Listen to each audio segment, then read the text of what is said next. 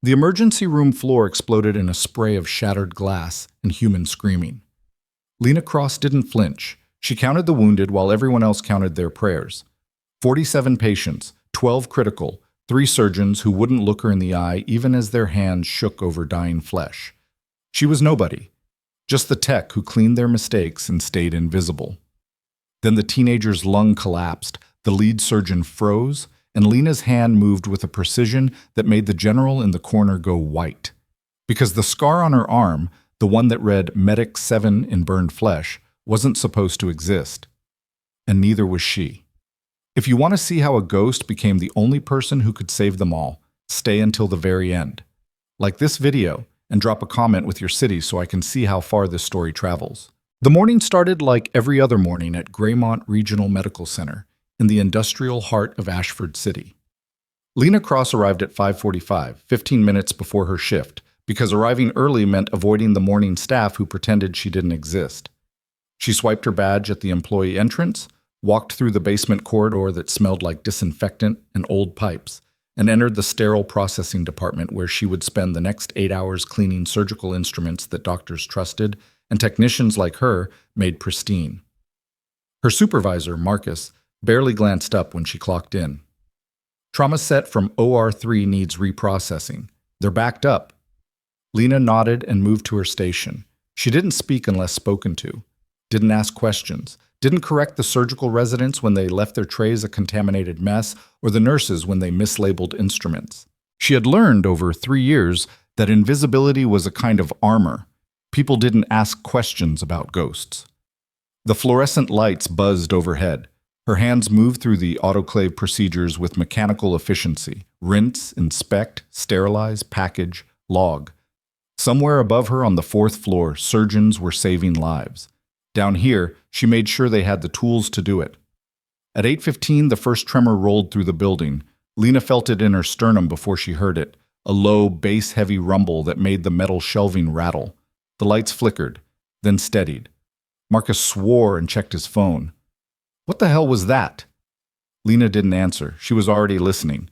The vibration pattern was wrong. Not an earthquake, not construction.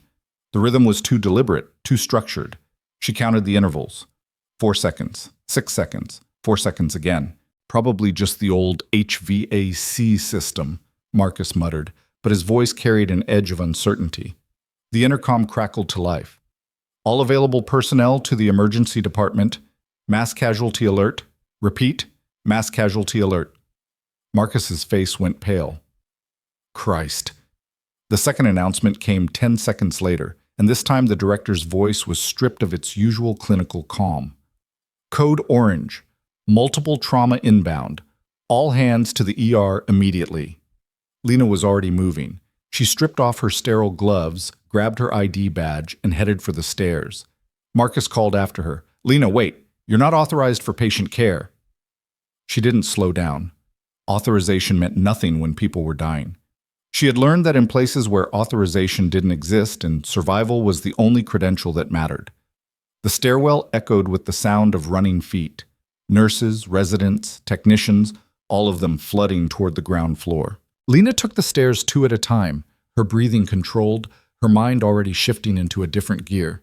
She could hear the chaos before she reached the ER. The cacophony of voices, alarms, the sharp metallic smell of blood mixing with the antiseptic burn of panic. The emergency department had transformed into a war zone. Gurneys lined every available space. Paramedics shouted handoff reports. Patients screamed or lay ominously silent. Blood pooled on the tile floor, bright and spreading. A chemical plant explosion on the east side of the city had sent a shockwave through 3 residential blocks. The injured kept arriving in waves, burns, crush injuries, penetrating trauma, blast patterns that Lena recognized from places she wasn't supposed to remember. Dr. Vincent Harrow stood at the center of the storm, barking orders like a general who had never seen real combat. He was the chief of emergency medicine, a man whose ego filled rooms before he did. Silver-haired, impeccably dressed even in trauma, he commanded respect through volume and reputation. Get me an airway kit now. Where's anesthesia? I need 2 units O negative and someone who knows how to hold a damn retractor. Lena moved along the perimeter, staying out of sight, assessing. Her eyes tracked the triage tags, the patient flow, the personnel distribution. Bay 3 had a tension pneumothorax that the residents were missing. Bay 7's bleeding was arterial, not venous, and they were wasting time with pressure dressings. Bay 12's patient was going into shock, and the nurse assigned to monitor vitals was overwhelmed, watching 3 patients at once. She edged closer to Bay 12. The patient was a woman in her 30s, construction worker by the look of her gear, pale and diaphoretic, with a piece of rebar protruding from her lower abdomen. The nurse, young and terrified, was trying to establish a second IV line with shaking hands. "I can't get it," the nurse whispered to herself. "I can't get it." Lena stepped forward. "Let me." The nurse startled, then looked at Lena's badge. "You're a tech. You can't—" "I can hold pressure while you get the line. 2 hands are better than 1. The nurse hesitated, then nodded. Lena moved to the opposite side of the gurney, placed her hands on either side of the impaled metal, not touching it, never touching it, and applied steady pressure to the surrounding tissue. The bleeding slowed. The nurse got the IV in on the second attempt. "Thank you," the nurse breathed. Lena was already moving away. Dr. Harrow's voice cut through the noise like a scalpel. "You, Tech! What the hell are you doing in my trauma bay?" She turned. Harrow stood 10 feet away, blood on his gown, fury in his eyes. "Helping," Lena said quietly. "You're not authorized for patient contact. Get back to your department before I have security remove you." A surgeon beside Harrow. "Doctor." Elaine Foster glanced at Lena with something that might have been sympathy, but she didn't intervene. No one ever did. Lena nodded once and stepped back, but she didn't leave. She moved to the supply corridor just outside the main trauma area, where she could still see and hear everything. The chaos escalated. More patients arrived. The ER was beyond capacity, turning into a brutal calculus of who could be saved and who couldn't. Lena watched Harrow work. Efficient, decisive, but rigid. He followed protocols like scripture, even when the situation demanded improvisation. When a patient in Bay 9 started to decompensate, Harrow ordered a standard resuscitation protocol, missing the subtle signs of cardiac tamponade that Lena spotted from 15 feet away. The patient arrested. 3 minutes of CPR. Time of death called at 9:37. Harrow moved to the next patient without pausing, without reflection. His armor was different from Lena's, but it served the same purpose: protection from the weight of what he couldn't control. At 10:15, the teenager arrived.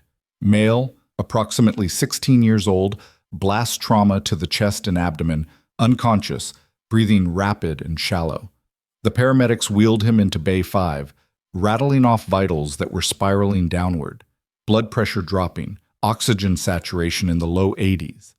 Harrow took one look and started calling orders.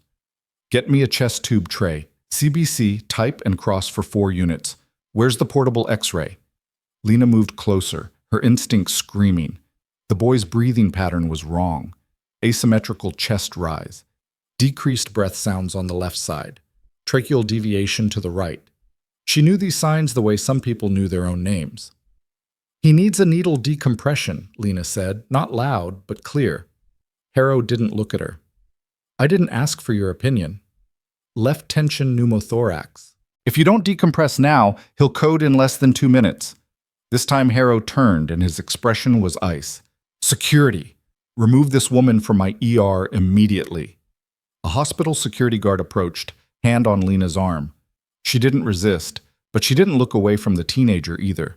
His lips were turning blue. His neck veins were distending.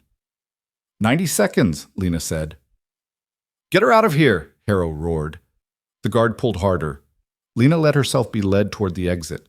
Behind her, she heard the monitors start to alarm, the pitched wail of a dropping heart rate, nurses calling for help. Dr. Foster's voice, urgent now. "Dr. Harrow, his pressure's crashing."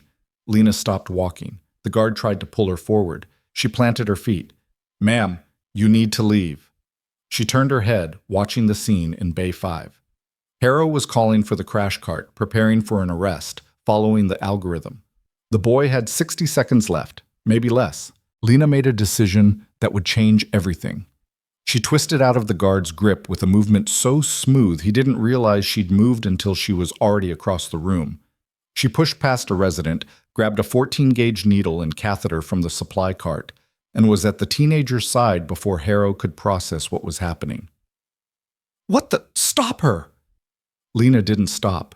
She located the second intercostal space, mid-clavicular line on the left side, swabbed once with alcohol, and inserted the needle at a 90-degree angle.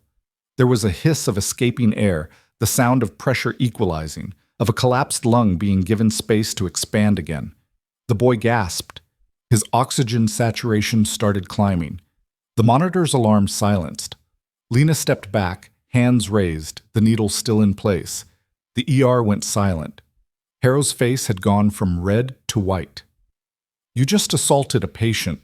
You performed a medical procedure without a license, without authority, without—" "He would have died," Lena said simply. "That's not your call to make." Dr. Foster was staring at Lena with an expression that bordered on awe. "She saved his life." "She broke the law," Harrow snapped. He pointed at the security guard. "I want her arrested. Hospital police now. I want her badge, her employment terminated, and charges filed for assault." 2 more security officers arrived. They approached Lena cautiously, as if she might bolt or fight. She did neither. She simply stood there, calm, while they asked her to put her hands behind her back. "That's not necessary," she said quietly. "I'll come with you." As they led her away, she heard Harrow instructing the staff. "I want an incident report on my desk within the hour. I want witnesses interviewed. This is exactly why we have protocols, people. This is exactly why we don't let unlicensed personnel anywhere near patients." The security office was a small, windowless room on the first floor. They sat her down in a plastic chair and told her to wait. A hospital administrator arrived 20 minutes later, a woman named Patricia Simmons who looked like she'd been pulled out of a budget meeting and wasn't happy about it. "Ms. Cross, do you understand the severity of what you've done? I saved a patient's life. You performed an invasive procedure without credentials. That's a felony in this state. The patient was dying. The physician missed the diagnosis. I intervened." Simmons's jaw tightened. "Dr. Harrow is one of the most respected emergency physicians in this city. Are you suggesting he's incompetent?" "I'm suggesting he was focused on the wrong injury. It happens. You're a sterile processing technician. You clean instruments. You have no medical training, no license, no authority to make clinical decisions." Lena met her gaze. "The boy's alive." "That's not the point." "Then what is?" Simmons stood. "You're terminated, effective immediately. Turn in your badge and any hospital property. The police will be here shortly to take a statement. If you're lucky, the family won't press charges." Lena removed her badge from her scrub pocket and placed it on the desk. She didn't argue, didn't plead. She had known the consequences before she moved. One of the security guards, older, with kind eyes, spoke quietly as Simmons left the room. "For what it's worth, I think you did the right thing." Lena didn't respond. She was listening to the sounds from the hallway, the overhead intercom, the shuffle of feet, the low murmur of voices. Something was shifting in the building's atmosphere, a new tension layering over the old. The door opened again. This time it wasn't Simmons or the police. It was a man in his late 60s, wearing civilian clothes but carrying himself with a bearing that belonged to someone who had spent a lifetime giving orders and expecting them to be followed. His hair was steel gray, his eyes sharp and assessing, and when he looked at Lena, his expression went from neutral to shocked in the space of a heartbeat. He stared at her arm, at the place where her scrub sleeve had ridden up during the struggle, exposing the scar tissue that she usually kept hidden. The scarring was deliberate, controlled, letters burned into flesh with precision. Medic 7. The man went pale. "Oh my God." Lena slowly pulled her sleeve down. "You should leave. You're dead. The records, you were listed as KYA. We had a memorial service." "You're mistaken." The man turned to the security guard. "Out. Now." "Sir, I can't just—" "I'm General Richard Kane, U.S. Army, retired. This woman is a matter of national security. Leave this room immediately, and do not speak about what you've seen here. That's not a request." The guard looked between them, clearly out of his depth, then backed out of the room. The door closed. Kane turned back to Lena. "How are you alive?" "I didn't die. We had reports. The entire unit was—" He stopped himself, jaw clenched. You were declared dead 6 years ago. Everyone from Medic 7 was declared dead. The program was erased. I know. Where have you been? Here. Cleaning surgical instruments, staying invisible. Kane sat down heavily in the chair across from her. You were the best combat surgeon I ever saw. You saved more lives in active combat zones than most physicians save in entire careers.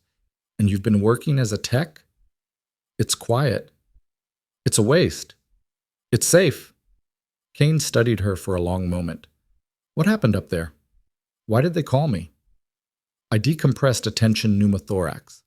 The patient survived. The attending physician had me fired and wants me arrested. Jesus Christ, Kane rubbed his face. Do you know who I am? Why I'm here? You're on the board of directors for this hospital. You donate to the trauma program. I've seen your name on the plaques. I'm also the reason Greymont has one of the best emergency departments in the state. I fund it because I know what good trauma care looks like. I've seen it save lives in places where nothing else could. He leaned forward. You shouldn't be here, Lena. You should be upstairs running that ER. That's not possible. Why not? Because I don't exist. Before Kane could respond, the building's emergency lighting kicked on. The overhead fluorescence died, replaced by the red glow of backup power. An alarm started somewhere distant, then closer, then everywhere. The intercom crackled. Code black. Code black. All personnel shelter in place. This is not a drill. Code black. Lena was on her feet instantly. Code black meant active threat. Armed intruder. Potential mass casualty event. Kane stood as well, his military training overriding his age. What the hell is happening? Gunfire erupted somewhere on the ground floor. Not the controlled pop of a single shooter, the staccato rhythm of automatic weapons. Professional. Coordinated. Lena moved to the door, listened. Footsteps. Heavy boots. Multiple hostiles. They were moving with purpose, clearing rooms, shouting orders in clipped military cadence. Get away from the door, Kane said, reaching for his phone. Lena ignored him. She pressed her ear to the crack, counting. At least 4, maybe 6. Armed with rifles, body armor. This wasn't a random act of violence. This was a tactical operation. The footsteps stopped outside the security office. A voice, muffled through the door, Check every room. She's here somewhere. Lena's blood went cold, not because she was afraid, but because she recognized the voice. The door handle turned. Lena moved before the handle finished turning. She grabbed Kane by the collar and pulled him away from the door, positioning him behind the metal filing cabinet in the corner. Her hand went to his chest, pressing once, a silent command to stay down and stay quiet. Kane, to his credit, didn't argue. He recognized the look in her eyes. He'd seen it before, in soldiers who had survived things that broke other people. The door swung open. 2 men entered, rifles raised, scanning the room with practiced efficiency. They wore tactical gear without insignia, faces partially obscured by balaclavas, movements synchronized like they'd trained together for years. The lead operator's eyes swept past the filing cabinet, past Lena standing perfectly still against the wall beside the doorframe, and locked onto the empty chair where she'd been sitting moments before. Clear, he said into his radio. Lena struck as he lowered his weapon. Her elbow connected with his trachea, a precise blow that collapsed his airway without killing him. He went down choking, and she caught his rifle before it clattered to the floor. The second operator spun toward her, finger on the trigger, but Lena was already inside his firing line. She drove the rifle stock into his solar plexus, followed with a knee to the face as he doubled over, and he dropped like a stone. 8 seconds. 2 hostiles neutralized. No shots fired. Kane stared at her from behind the filing cabinet. What the hell are you? Lena checked the rifle's magazine. 30 rounds, full auto capable, military grade. She ejected it, cleared the chamber, and disabled the firing pin with a twist that snapped the metal. Someone who wants to stay invisible. Too late for that. She moved to the door, listening again. More footsteps in the hallway, but farther away now. The team was splitting up, searching floor by floor. She could hear shouting from the ER. Terrified civilians, barked commands, someone crying. They were taking hostages. How many entrances to this building? Lena asked. 4 public, 2 service, 1 ambulance bay. How many did they use? Kane thought for a moment. I don't know. I didn't see them arrive. Lena pulled the balaclava off the unconscious operator nearest her.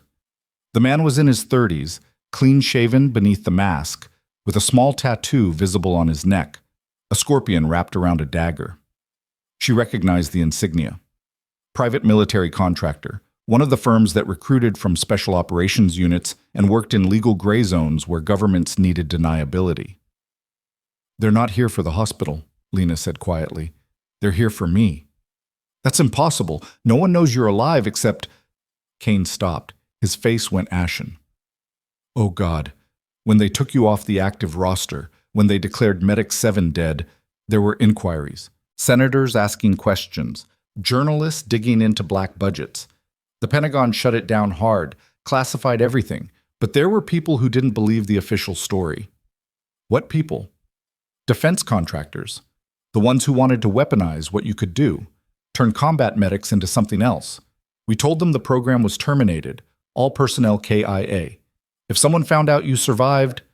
An explosion rocked the second floor. The walls shuddered and dust rained from the ceiling tiles. Screaming intensified from above.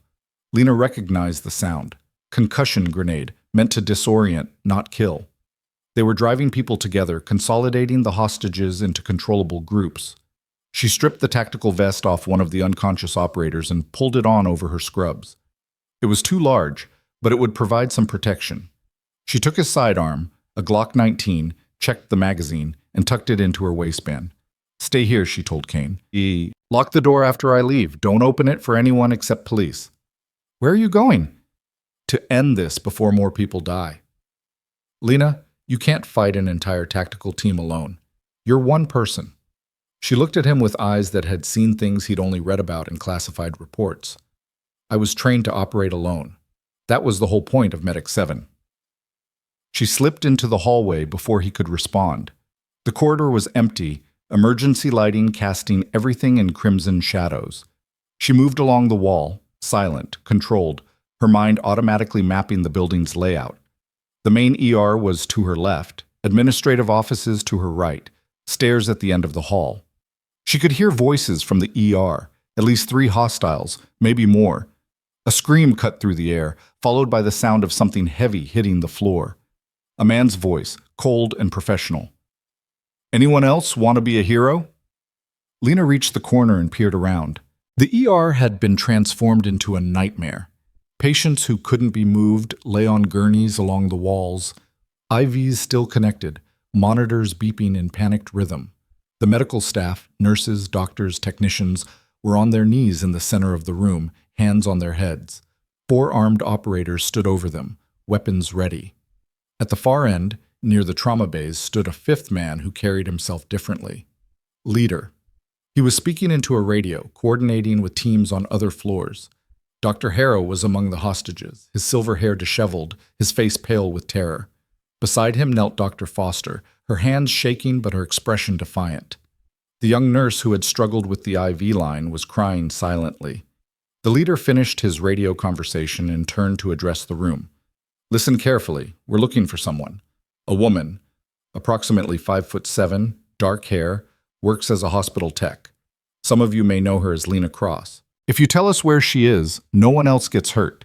If you don't, we start executing hostages every 5 minutes until someone's memory improves. Silence. Then Dr. Foster spoke, her voice steady despite her fear. She was fired an hour ago. She's probably gone. The leader walked over and backhanded her across the face. Foster fell sideways, blood streaming from her split lip. Wrong answer. Harrow flinched but said nothing. The other hostages stared at the floor, desperate not to draw attention. Lena calculated angles. 4 operators plus the leader. 5 targets. She had 17 rounds in the Glock, no spare magazines. The distance was approximately 30 feet. Civilians in the line of fire. Unacceptable risk for a direct assault. She needed to separate them, divide their attention, make them react instead of control. She retreated down the corridor to the supply room she'd noticed earlier. Inside, she found what she needed: alcohol-based hand sanitizer, oxygen canisters, latex gloves, gauze, and a cigarette lighter someone had left in a drawer. She worked quickly, assembling a crude but effective distraction device. The oxygen canister became a pressure bomb. The sanitizer and gauze became accelerant. The lighter became the trigger. 3 minutes later, she placed the device in a ventilation shaft that connected to the ER's ceiling. She set the timer, a jury-rigged mechanism using a blood pressure cuff and a tension spring, for 60 seconds, and moved back to her observation point. 45 seconds. She controlled her breathing, slowed her heart rate, entered the calm space where fear didn't exist and only the mission mattered. 30 seconds. The leader was checking his watch, preparing to make good on his threat. He pointed at a young male nurse. "You, stand up." 20 seconds. The nurse stood, trembling. One of the operators grabbed him by the collar and forced him to his knees in the center of the room, execution style. 10 seconds. The operator raised his rifle to the back of the nurse's head. 5 seconds. The device detonated in the ceiling. Not a massive explosion, just enough to rupture the ventilation shaft and spray burning sanitizer across the suspended tiles. The ceiling caught fire instantly, flames spreading along the alcohol-soaked gauze Lena had strategically placed. Black smoke billowed down into the ER. The fire alarm system screamed to life. Sprinklers activated, drenching everything. The operators spun toward the ceiling, momentarily distracted, their formation broken. Lena moved. She entered the ER through the side entrance, using the smoke and chaos as cover. The first operator never saw her coming. She fired twice, center mass, controlled pairs, and he went down. The second operator turned, trying to acquire her through the smoke and water. But Lena was already moving to new cover behind an overturned gurney. She fired again, 3 rounds this time, and another hostile fell. The remaining operators opened fire wildly, spraying bullets into the smoke. Lena had already relocated, circling around their flank. She dropped the third operator with a headshot as he passed her position, then engaged the fourth at point-blank range as he tried to use a hostage as a shield. The round went through his shoulder, deliberate placement, disabling without risking the civilian. He screamed and dropped his weapon. The leader remained. He had grabbed Dr. Harrow, using the surgeon as a human shield, his sidearm pressed against Harrow's temple. "Show yourself or I execute him." Lena stepped out of the smoke, weapon raised, aim steady. Her scrubs were soaked with sprinkler water and splattered with blood that wasn't hers. Her eyes were cold, calculating, devoid of mercy. "Let him go," she said. The leader laughed, a sound without humor. "You must be her, the ghost. They said you were dead, but I knew better. I've been tracking Medic 7 survivors for 3 years. You're worth a lot of money to certain people. Last chance, release the hostage. You're not going to shoot. You might hit the good doctor here, and we both know you don't kill civilians." Harrow's eyes met Lena's, wide with terror, but also something else, recognition.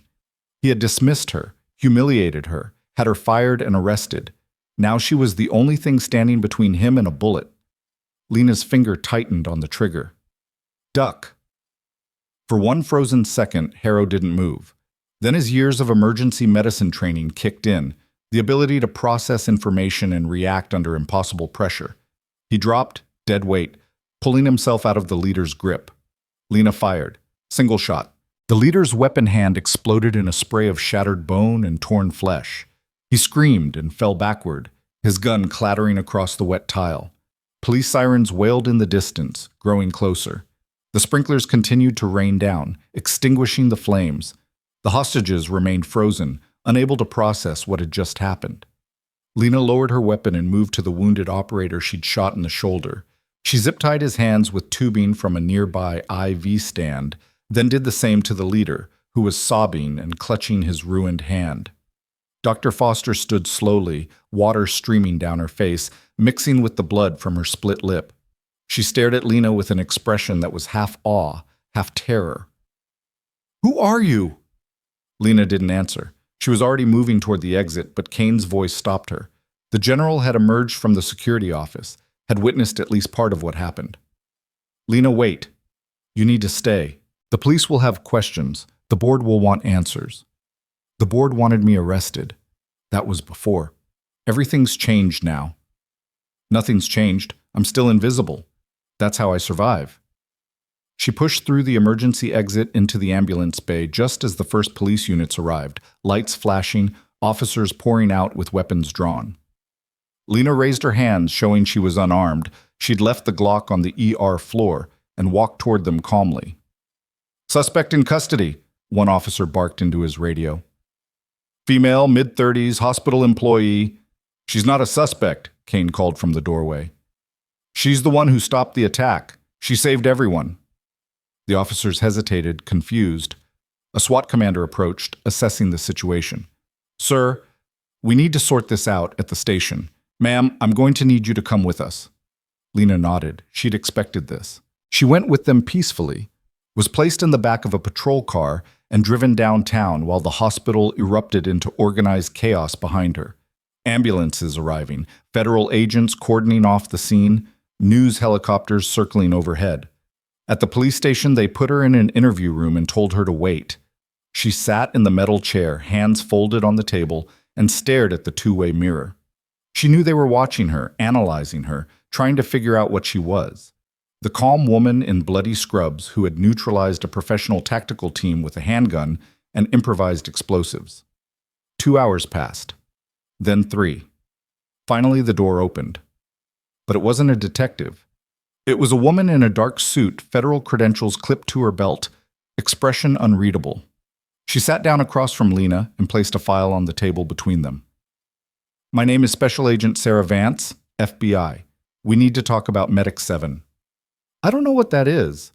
"Don't insult my intelligence. I've spent the last 4 hours cross-referencing your biometrics with every database we have access to. You're not Lena Cross. Lena Cross is a fabricated identity created 6 years ago with a social security number that didn't exist before 2019 and an employment history that stops at a community college degree from a school that has no record of your attendance." She opened the file. "But your fingerprints match someone else. Someone who was declared killed in action in a classified operation in 2018. Lieutenant Claire Madigan, U.S. Army Medical Corps, assigned to a black operations unit that officially never existed." Lena said nothing. Vance continued. "Medic 7 was a program designed to create combat medics who could operate independently in denied areas. Hostile territory, no support, no extraction, just them and whatever they could carry. The skill set required was extraordinary. Advanced trauma surgery, weapons proficiency, tactical operations, survival training. Only 12 people ever qualified. According to official records, all 12 died when their transport was shot down over Syria." "Then I'm not who you think I am." "The men who attacked the hospital today were contractors working for Vanguard Solutions, a private military company with ties to defense research programs. The leader, the one whose hand you destroyed, is talking. He says they were hired to acquire a Medic 7 operative. Alive, if possible. Dead, if necessary. Someone paid them $2 million for this operation." "Why are you telling me this?" "Because whoever paid them knows you're alive, and they're not going to stop. Vanguard was just the first attempt." Vance leaned forward. "You saved 43 people today. The hospital staff, the patients, even the arrogant surgeon who had you fired. You did it with minimal casualties, precise tactics, and a level of skill that confirms everything in this file. You're not a technician. You never were. And now the whole world knows it. What do you want from me? Witness protection, full federal support, new identity, relocation, security detail. In exchange, you testify about what happened today and help us identify who's hunting Medic 7 survivors. And if I refuse, then you're on your own against people with unlimited resources and a very specific interest in what you represent." Lena stood. "I've been on my own for 6 years. I'll manage." "Sit down, Lieutenant." "I'm not a lieutenant anymore. I'm no one." The door opened again. This time it was Kane, accompanied by another man, 50s, expensive suit, commanding presence. The new arrival looked at Vance with barely concealed disdain. "Agent Vance, this interview is over. Ms. Cross is being released into my custody." Vance's jaw tightened. "Under whose authority?" "Mine. Senator James Winters, Armed Services Committee. Lieutenant Madigan's service record is classified above your clearance level, and this entire situation falls under military jurisdiction, not FBI. Senator, with all due respect, no respect is required. You're dismissed." Vance gathered her file and left, but not before giving Lena a look that said this conversation wasn't over. Winters sat down in the chair Vance had vacated. Lieutenant, I'm going to be direct. What happened today is a problem. Not for you, for the people who want you to stay dead. The hospital attack is all over the news. Video footage shows a hospital tech taking down armed commandos like she's been doing it her whole life. People are asking questions. I didn't ask for attention. No, but you have it now. And that gives us an opportunity. He slid a different file across the table. The Medic 7 program was terminated not because it failed, but because it succeeded too well. You and your unit proved that individual operators with the right training could accomplish things that entire teams couldn't, that threatened conventional military structure, threatened budgets, threatened careers, so they buried it, killed it, erased you. I know the story. I lived it. But it doesn't have to end there. What if I told you there are 11 other survivors, all living under assumed identities, all being hunted by the same people who came after you today? What if I told you that together you could do more than survive? You could expose the corruption that ended the program and hold the people responsible accountable? Lena looked at Kane. You knew about this?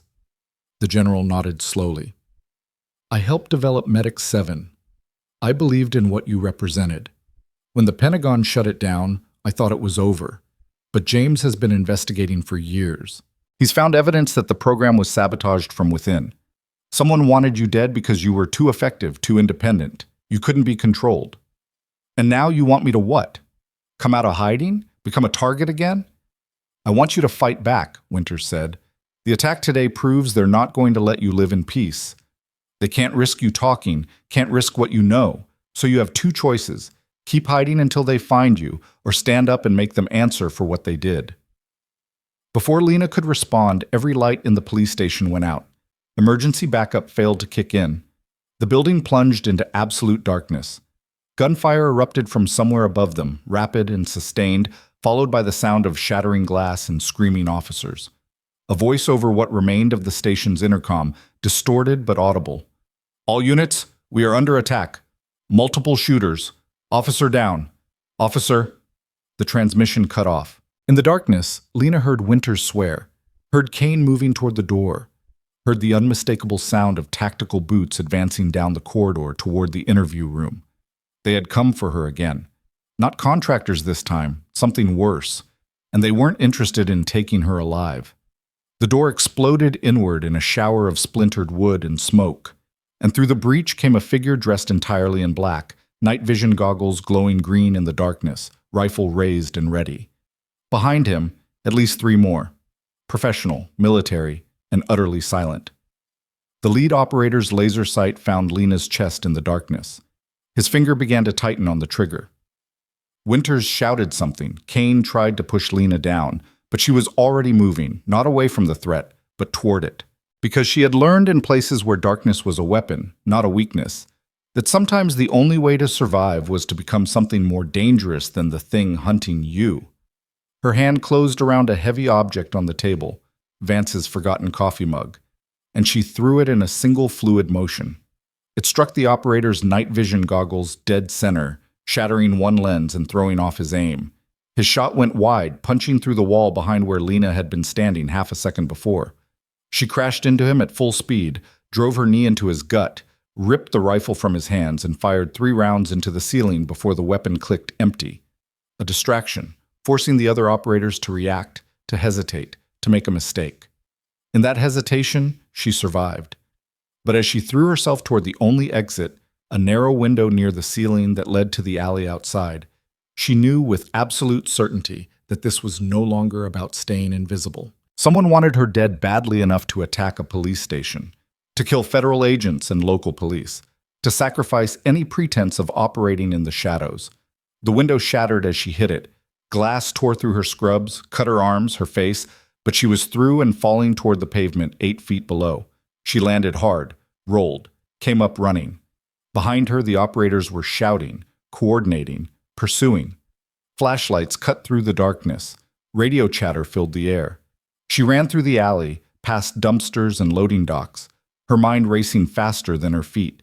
Every exit would be covered, every route anticipated. They had planned this assault with the same precision they'd used at the hospital, but with more resources, more personnel, more willingness to accept casualties. She reached the end of the alley and stopped. Ahead, the street was blocked by two black SUVs, doors open, armed figures moving with tactical precision. Behind, the operators from the police station were closing in. She was boxed in, trapped. A voice from one of the SUVs amplified through a speaker. "Lieutenant Madigan, there's nowhere left to run. Surrender now and you won't be harmed. We just want to talk." Lena recognized the voice. Not from the hospital, not from her time in Medic 7, from before, from the program's inception, from the man who had recruited her, trained her, promised her she was part of something that would save lives. Colonel Marcus Trent, her former commanding officer, the man who had signed her death certificate 6 years ago. And now he was here, offering her a conversation she knew would end with a bullet. Lena stood in the alley with her back against cold brick, calculating angles that didn't exist and exit strategies that ended in bullets. Colonel Marcus Trent stepped out of the lead SUV with the confidence of a man who believed he'd already won. He wore civilian clothes, expensive, tailored, but carried himself with military precision. His hair had gone gray since she'd last seen him, but his eyes retained the same calculating intelligence that had made him both an exceptional commander and a dangerous liar. "Claire," he said, using her real name like a weapon, "it's been a long time." "Not long enough." "I'm disappointed. After everything we accomplished together, after everything I taught you, this is how you greet an old friend." "You declared me dead. Friends don't usually do that." Trent smiled, but it didn't reach his eyes. The declaration was necessary. Political pressure, congressional oversight, media scrutiny, Medic 7 had become too visible. We needed to make it disappear. By killing us. By protecting the program's legacy. By ensuring the training, the methods, the results couldn't be exploited by people who didn't understand what we'd created. He took a step closer, hands visible, non-threatening. "The transport crash was real, Claire. We lost 8 good operators that day. You and 3 others survived and went dark before we could extract you. We've been looking ever since." Looking or hunting? There's a difference? Behind her, the operators from the police station had reached the alley entrance but held their position, creating a perimeter rather than advancing. Professional discipline. They wouldn't move until Trent gave the order. Lena's mind worked through the tactical reality. 6 operators behind her, at least 4 more with Trent in front, all armed with automatic weapons and night vision. She had no weapon, no backup, no cover that would stop rifle rounds. The only advantage she possessed was that they wanted her alive. Trent had said as much. But that advantage evaporated the moment she became more trouble than she was worth. "What do you want?" she asked.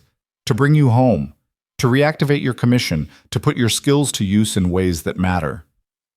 "Medic 7 is dead. You said so yourself." "The name is dead. The need isn't."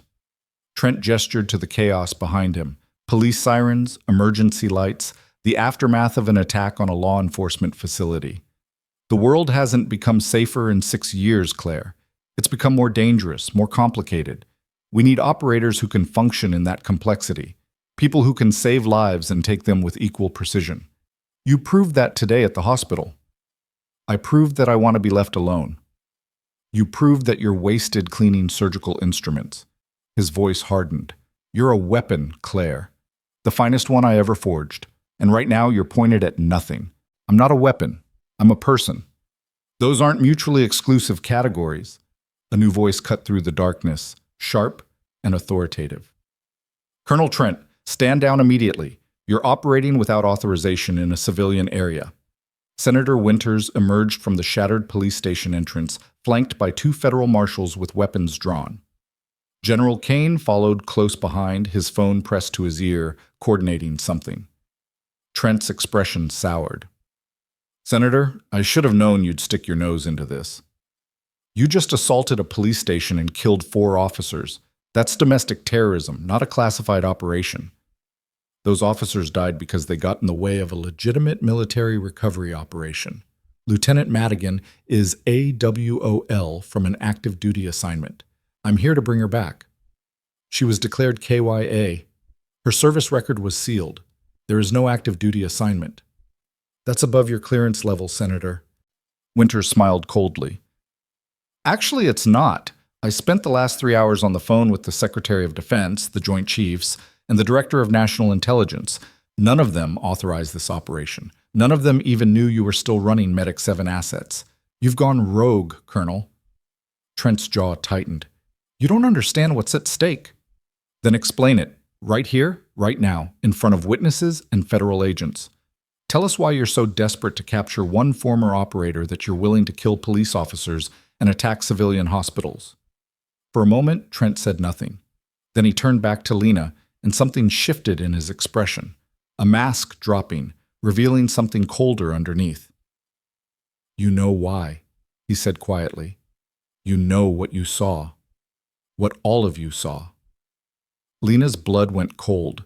The memories she'd buried for 6 years clawed their way back to the surface. The mission that had ended Medic 7. The village in Syria where they'd been sent to extract a high-value target. The things they'd found in the compound. The orders that had come through encrypted channels, telling them to terminate everyone. Not just enemy combatants, but witnesses, civilians, children. She had refused. So had 3 others in her unit. They'd evacuated the civilians instead, blown their cover, turned what should have been a silent extraction into a firefight that attracted every hostile force within 20 miles. The transport that was supposed to extract them had been shot down, but not by enemy fire. The missile had come from a friendly drone. They had been marked for termination because they wouldn't follow orders. You tried to kill us because we wouldn't murder civilians, Lena said, her voice barely above a whisper but carrying clearly in the night air. Winters went pale. Jesus Christ, Trent, please tell me that's not true. The mission parameters were clear, Trent replied.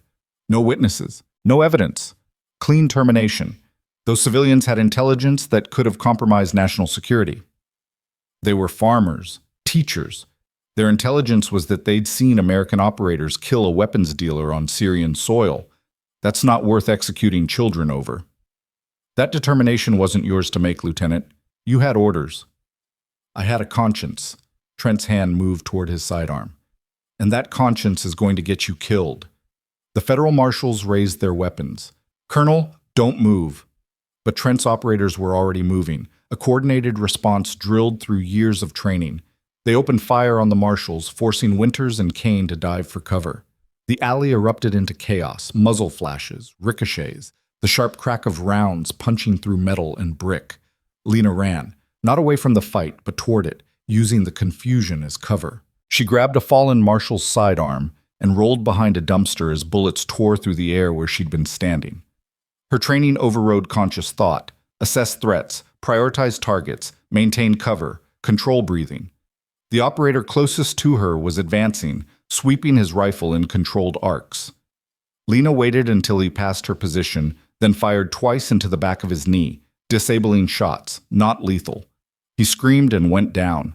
She took his rifle, checked the magazine, and engaged the next threat. But there were too many of them, and they were too well coordinated. For every operator she dropped, 2 more pressed forward. Trent was directing them from behind the SUV, speaking calmly into his radio, treating the firefight like a training exercise. A round grazed Lena's shoulder, spinning her around. Pain flared hot and immediate, but she pushed through it, returning fire, keeping the operators at bay. Blood soaked through her scrubs, mixing with the cuts from the broken window. Then Kane was beside her, firing a pistol he'd taken from somewhere, his movements rusty but still competent. We need to fall back, get to the main street where there are witnesses. They don't care about witnesses anymore. Then what do we do? Survive long enough for reinforcements to arrive. What reinforcements? As if in answer, the sound of rotor blades filled the air. A helicopter descended over the alley, spotlight blazing, turning night into day. But it wasn't police or military. The helicopter bore no markings, no identification.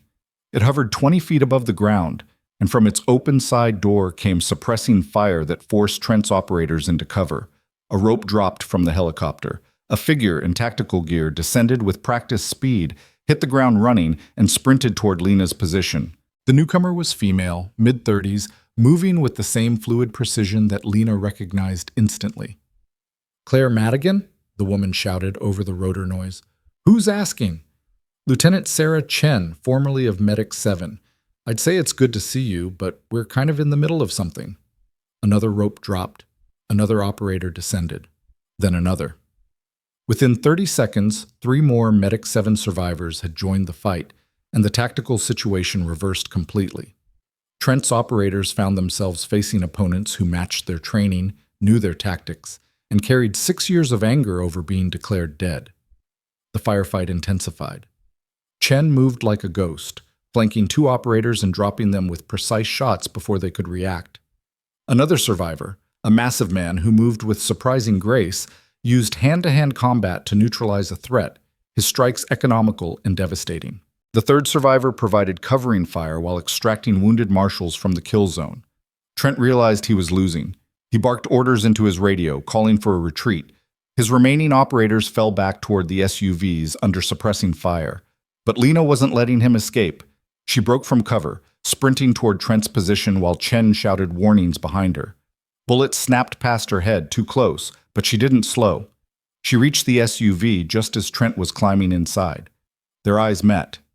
In that moment, she saw something she hadn't expected. Not anger or determination, but fear. He was afraid of her, of what she represented, of what she could expose. "This isn't over," he said. "Yes, it is." She fired once, the round punching through the SUV's engine block. Steam and coolant sprayed into the air. The vehicle died with a mechanical scream. Trent's driver tried to restart it, failed, then abandoned the SUV and ran. Trent sat in the disabled vehicle, hands visible, no longer reaching for weapons. He knew when he was beaten. Police units arrived in force, flooding the area with officers and armored vehicles. The helicopter peeled away, disappearing into the night as quickly as it had appeared. Chen and the other Medic 7 survivors melted into the shadows before the police could identify them, leaving behind only spent brass and unconscious operators. Federal agents swarmed Trent's position, dragging him out of the SUV with considerably less care than protocol demanded. He didn't resist, didn't speak, just stared at Lena with the expression of a man watching his carefully constructed world collapse. Winters approached, his suit torn and dirty, but otherwise unhurt. "Are you okay?" Lena touched her shoulder wound. It was bleeding steadily, but not catastrophically. "I'll live." "That woman, Chen, she said to give you this." He handed Lena a phone, cheap burner model, probably untraceable. "She said you'd know what it means." Lena turned on the phone. One message waited. "Safe house, coordinates attached, others waiting, time to come home." She deleted the message and pocketed the phone. Kane appeared, looking older than he had an hour ago, trauma etched into the lines of his face. "I served with Marcus Trent for 20 years. I never thought he'd—" He couldn't finish the sentence. "People become what they need to become to survive," Lena said. "He decided that power mattered more than honor. It happens." "What about you? What do you become now?" "I don't know yet." Paramedics tried to approach, but Lena waved them off. She could treat her own wound once she found a quiet place and proper supplies. The shoulder injury was through and through, missing major vessels and bone. Painful, but manageable. Agent Vance reappeared, looking like she'd run from wherever she'd gone after leaving the police station. Her expression was grim. "I need your statement about everything that happened here." "Later." "Ms. Madigan." "Lieutenant," Lena corrected. "If we're using real names now, use the right rank." "Lieutenant, then. You're a witness to a conspiracy that goes to the highest levels of military command. You're also the only person who can testify about what really happened to Medic 7. You can't just walk away from this. Watch me." She started walking toward the street where dawn was beginning to break over Ashford City's skyline. Behind her, Winters called out, "Where are you going?" "To finish something I should have finished 6 years ago." She didn't explain further, didn't need to. The message from Chen had included coordinates to a safe house, but more importantly, it had included a list, names of every Medic 7 survivor, their current locations, their assumed identities. 11 people scattered across the country, all living in hiding, all being hunted. Not anymore. Lena walked for 20 minutes before finding a pharmacy that was opening for the early shift. She bought gauze, antiseptic, medical tape, and pain medication using cash from an ATM. The clerk gave her bloody scrubs a nervous glance, but didn't ask questions. In a city that had just experienced 2 major violent incidents in 12 hours, One more injured person barely registered. She found a bus station bathroom, locked herself in a stall, and treated her shoulder wound with practiced efficiency. The bullet had passed cleanly through the deltoid muscle, missing the joint and major nerves. She cleaned it, packed it, and wrapped it tightly enough to control bleeding without restricting circulation. The pain was considerable, but she'd worked through worse. When she emerged, she looked almost presentable. The bloody scrubs were gone, replaced by clothes she'd pulled from a donation bin, jeans, a t-shirt, a jacket to hide the bandages. Her face was pale, her movements careful, but she could pass for someone who'd had a rough night rather than someone who'd fought off a tactical assault team. The burner phone buzzed. New message. Trent's been taken into federal custody. Others are scared. They're accelerating the timeline. Watch your back. Lena typed a reply. What timeline? The response came immediately. The people who hired Vanguard Solutions. The people who want Medic 7 eliminated. They're not going to stop with Trent arrested. They're going to come after all of us at once. We need to meet. Need to coordinate. Need to survive. Coordinates. Chen sent an address in Baltimore, 3 hours away by bus. A warehouse district. Abandoned buildings. The kind of place where people could meet without attracting attention. Lena bought a ticket and boarded the next bus heading north. She sat in the back, watching the city recede through dirty windows. Her shoulder throbbed with each heartbeat, a metronomic reminder of how close she'd come to dying. Again. The bus ride gave her time to think, to process, to understand the full scope of what she'd stumbled into by saving one teenager's life in an emergency room. Medic 7 hadn't been terminated because it failed or because of political pressure. It had been terminated because the people who controlled it had wanted to use it for things that violated every principle the program was founded on. When operators refused, they became liabilities. The bus stopped in Baltimore at noon. Lena disembarked into a city that felt grayer and colder than Ashford. She walked 12 blocks to the warehouse district, moving through industrial spaces that had been abandoned decades ago when manufacturing fled overseas. The safe house was a 3-story brick building with boarded windows and graffiti-covered walls. She approached carefully, watching for surveillance, for ambush, for any sign that this was a trap. But the only people she saw were Chen and 4 others, all of them wearing the same expression she recognized from her own mirror, the look of someone who'd survived things they shouldn't have and carried the weight of it in their bones. Chen stepped forward as Lena entered. "You look like hell. You should see the other guys." "We did. 3 dead, 8 wounded, Trent in federal custody. You started a war, Claire." "I saved a patient. Everything else just happened." Another survivor spoke up, a lean man with scars across his neck. "Everything else is that you exposed us. All of us. We've been invisible for 6 years and now our faces are all over the news. My neighbors are asking questions. My employer is asking questions. I can't go home." "None of us can," Chen said quietly. "Which is why we called this meeting. We need to decide what happens next." "What are the options?" Lena asked. "We run, scatter again, create new identities and hope whoever's hunting us loses interest. That didn't work the first time. Or we fight.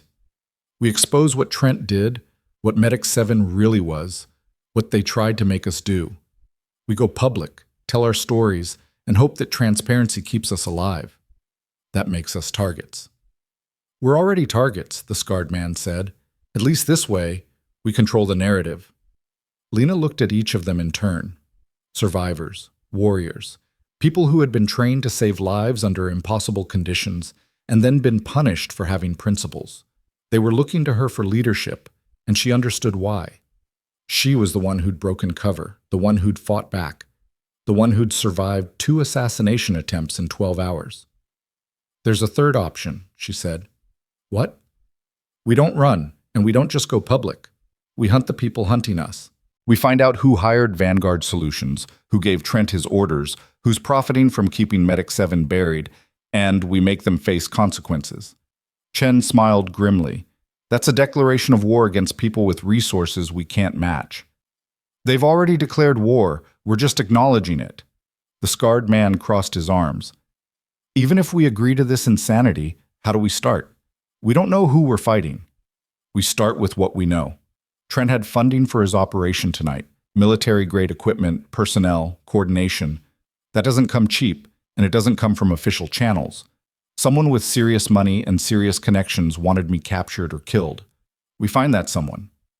And then? We give them the same choice they've been giving us. Surrender or die. The room fell silent. Outside, a truck rumbled past, its engine noise fading into the industrial emptiness. Finally, Chen spoke. I'm in. I'm tired of hiding. One by one, the others nodded. The scarred man, a woman with quiet eyes who hadn't spoken yet, two others who'd been standing in the shadows, all of them making the same decision, to stop being victims and become something more dangerous. Lena felt something shift inside her chest. Not relief exactly, not hope, but a sense of purpose she hadn't experienced since the last time she'd worn a uniform and believed that what she was doing mattered. Her phone buzzed. Unknown number. She almost didn't answer, but instinct made her accept the call. The voice on the other end was distorted, run through software that made it sound mechanical and inhuman. But the words were clear enough. Lieutenant Madigan, my name is irrelevant. What matters is that I represent people who have invested considerable resources in ensuring Medic 7 remains buried. Colonel Trent's failure is unfortunate but not insurmountable. We know where you are. We know who you're with. And we're prepared to offer you a choice that will only be extended once. I'm listening.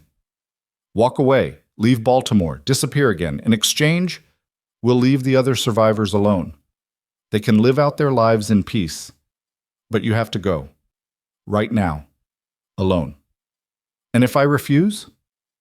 Then everyone in that warehouse dies. You have 60 seconds to decide. The line went dead. Lena looked up. Chen was watching her, reading her expression. What's wrong? Before Lena could answer, the first-floor windows exploded inward in a spray of shattered glass and smoke grenades, the warehouse filled with choking white clouds. Through the haze came figures in tactical gear, moving with military precision, weapons raised. But these weren't Trent's operators. These were something else, something worse. Because when the first one spoke, his voice carried an accent that made Lena's blood freeze. Russian. They weren't fighting domestic conspirators anymore. They were fighting an enemy that had been waiting 6 years for exactly this moment, when all the Medic 7 survivors were together in one place, exposed and vulnerable. And as the first shots rang out, Lena realized that everything, the hospital attack, Trent's assault, even her own exposure, had all been orchestrated to lead to this exact moment. A kill box designed to eliminate a threat that someone very powerful had been planning to erase since the day Medic 7 had first refused to follow orders in a Syrian village. Chen was shouting orders, the other survivors were returning fire, and Lena was calculating angles that once again didn't exist, searching for a way to save people who had trusted her enough to come out of hiding. Through the smoke, she saw the lead operative raise his weapon, saw his finger tighten on the trigger, and knew with absolute certainty that whoever was behind this had finally made a mistake. Because they'd given her something she'd been missing for 6 years, a target that deserved everything she was capable of delivering. The smoke grenade detonated between Lena and the lead Russian operative, buying her 3 seconds she converted into survival. She grabbed Chen's arm and pulled her behind a steel support column as automatic weapons fire shredded the air where they'd been standing. The other Medic 7 survivors scattered with trained precision, using the warehouse's infrastructure as cover, loading docks, machinery, metal staircases leading to upper levels. The Russians advanced in a coordinated sweep, night vision cutting through the smoke that blinded their targets. 6 operators, maybe 8, all moving with the disciplined efficiency of Spetsnaz or private contractors trained to the same standard. They weren't here to capture. This was an extermination. Lena counted muzzle flashes, tracked movement patterns, calculated the assault team's formation. They were funneling the survivors toward the back of the warehouse where another team would be waiting. Classic hammer and anvil. Except the Russians didn't know that Medic 7 had been trained to recognize and counter exactly this kind of tactical maneuver. "Second floor," Lena said to Chen, her voice barely audible over the gunfire. "Circle behind them. 3 minutes." Chen nodded and disappeared up a rusted staircase, moving like a shadow. The scarred man, Lena remembered his name now, Marcus Webb, was laying down suppressing fire from behind an overturned conveyor belt. The woman with quiet eyes had already wounded one Russian operative with a shot so precise it had severed his firing hand at the wrist. But they were still outnumbered and outgunned. The Russians had come prepared for a slaughter. Lena needed to change the equation. She sprinted across open ground, drawing fire, sliding behind a stack of wooden pallets as rounds chewed through the decaying wood. Splinters exploded around her. She kept moving, staying low, reaching a junction box mounted on the wall. The warehouse's electrical system was ancient, probably unsafe, definitely not up to code, which made it perfect. She ripped open the junction box cover and jammed a piece of metal scaffolding across the main bus bars. Sparks erupted in a brilliant shower. The lights died. Emergency backup kicked in for exactly 2 seconds before she shorted that system too. The warehouse plunged into absolute darkness. The Russians had night vision. The survivors didn't. But Lena had spent 6 years learning to operate in environments where light was a luxury and darkness was a weapon. She moved through the black space by sound and memory, her mind constructing a 3-dimensional map from acoustic feedback and spatial awareness. She heard the lead Russian barking orders in his native language, repositioning his team to counter the new tactical situation. He was good. She'd give him that. Adapting quickly, maintaining formation discipline even as his advantage evaporated. But he'd made a critical mistake. He'd assumed Medic 7 survivors would fight like conventional operators, that they'd prioritize their own survival over mission success. He was wrong. Chen's voice cut through the darkness from somewhere above, speaking in flawless Russian. Vнимание! Your employer didn't tell you what we are, did they? The shooting paused, confusion rippling through the assault team. Chen continued, still in Russian, her accent perfect. They sent you to kill medics, hospital technicians, easy targets, but we're not medics anymore. We're what happens when you train doctors to fight wars. Lena used the distraction to close distance with the nearest Russian operative. She could smell his cologne, hear his controlled breathing, sense the micro-movements of his weapon tracking empty space. She waited until his attention shifted toward Chen's voice, then struck. Her hand found his throat, not a killing blow, a silencing one, crushing his larynx just enough to prevent him from calling out. He went down gasping, and she relieved him of his weapon, night vision goggles, and radio. Through the goggles, the warehouse transformed into a green-tinged landscape of geometric shapes and human heat signatures. She counted 6 remaining Russians, all clustered in a defensive formation near the center of the warehouse floor. Smart. Harder to flank, easier to provide mutual support. She keyed the captured radio and spoke in Russian. Your team leader is dead. Silence. Then a different voice, older, authoritative. Identify yourself. Lieutenant Claire Madigan, United States Army Medical Corps. You're operating on American soil without authorization. Surrender now, and you'll live to face extradition. The Russian laughed. We have diplomatic immunity. You have nothing. I have your position, your team's strength, and a building you can't escape from. You have about 2 minutes before federal tactical units arrive. What happens in those 2 minutes is your choice. Bold words from someone hiding in the dark. I'm not hiding. She fired twice, both rounds hitting center mass on the operative who'd been speaking. He went down hard. The remaining Russians opened fire blindly, wasting ammunition on shadows and echoes. Lena had already moved, circling their perimeter, using their panic against them. Webb's voice came from the loading dock area. Contact left, 2 targets. The quiet woman, her name was Sarah Kim, Lena remembered, responded from the opposite side. 3 more holding position near the south wall. They were coordinating now, using the darkness and the Russians' deteriorating discipline to pick apart the assault team methodically. Another operative fell to Chen's precise marksmanship.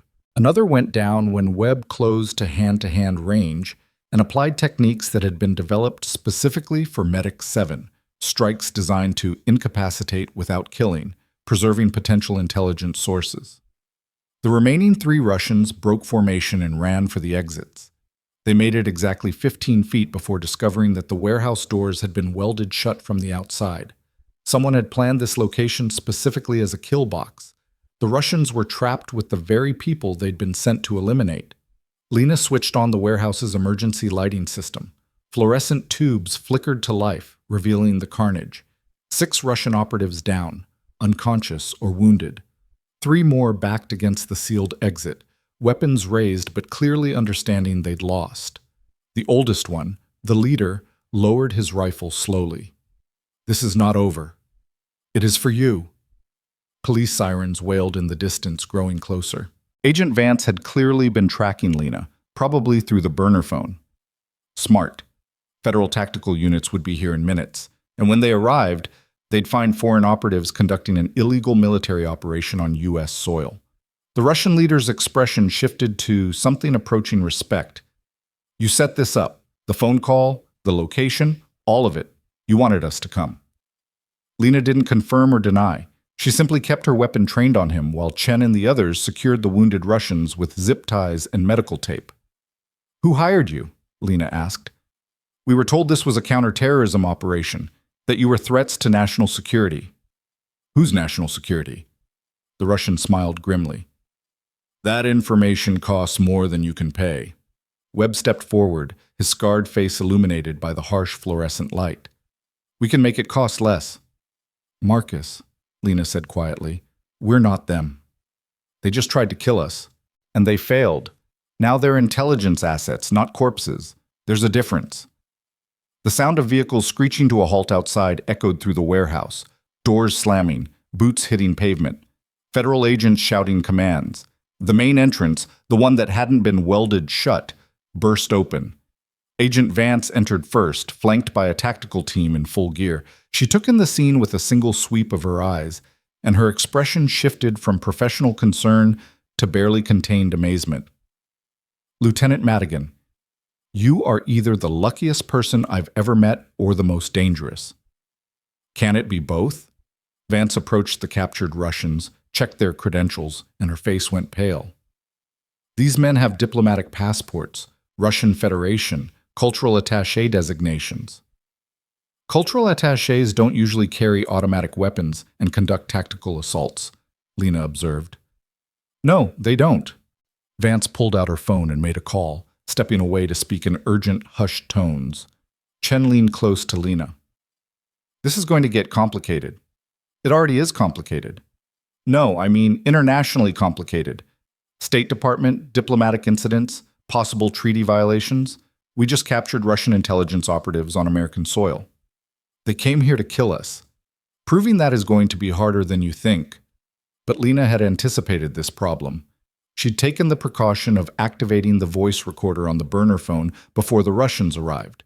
Every word of the assault, every order given in Russian, every threat and tactical communication, all of it captured on digital audio. She handed the phone to Vance when the agent returned. "You'll want to listen to this, specifically the part where they discuss killing American citizens on U.S. soil under orders from someone they refer to as the architect." Vance's eyes widened. "You recorded them?" "I recorded everything." The agent listened to 30 seconds of audio, then made another call. This one went directly to someone high enough in the federal hierarchy that Vance's tone shifted to something approaching deference. When she finished, she looked at Lena with an expression that mixed frustration and grudging admiration. "You just created an international incident that's going to require the direct involvement of the Secretary of State. Better than being dead." "Debatable." Vance gestured to her tactical team. "Secure these prisoners, full medical evaluation, separate interrogations, maximum security protocols. And someone get me a direct line to Langley. We need to know who the architect is and why they wanted Medic 7 eliminated badly enough to risk a diplomatic crisis." The tactical team moved in, professionally detaining the Russians and providing medical attention to the wounded. The Medic 7 survivors stood together, a unit again for the first time in 6 years, watching as the operation they'd survived turned into a bureaucratic nightmare for people who earned their living managing exactly these kinds of nightmares.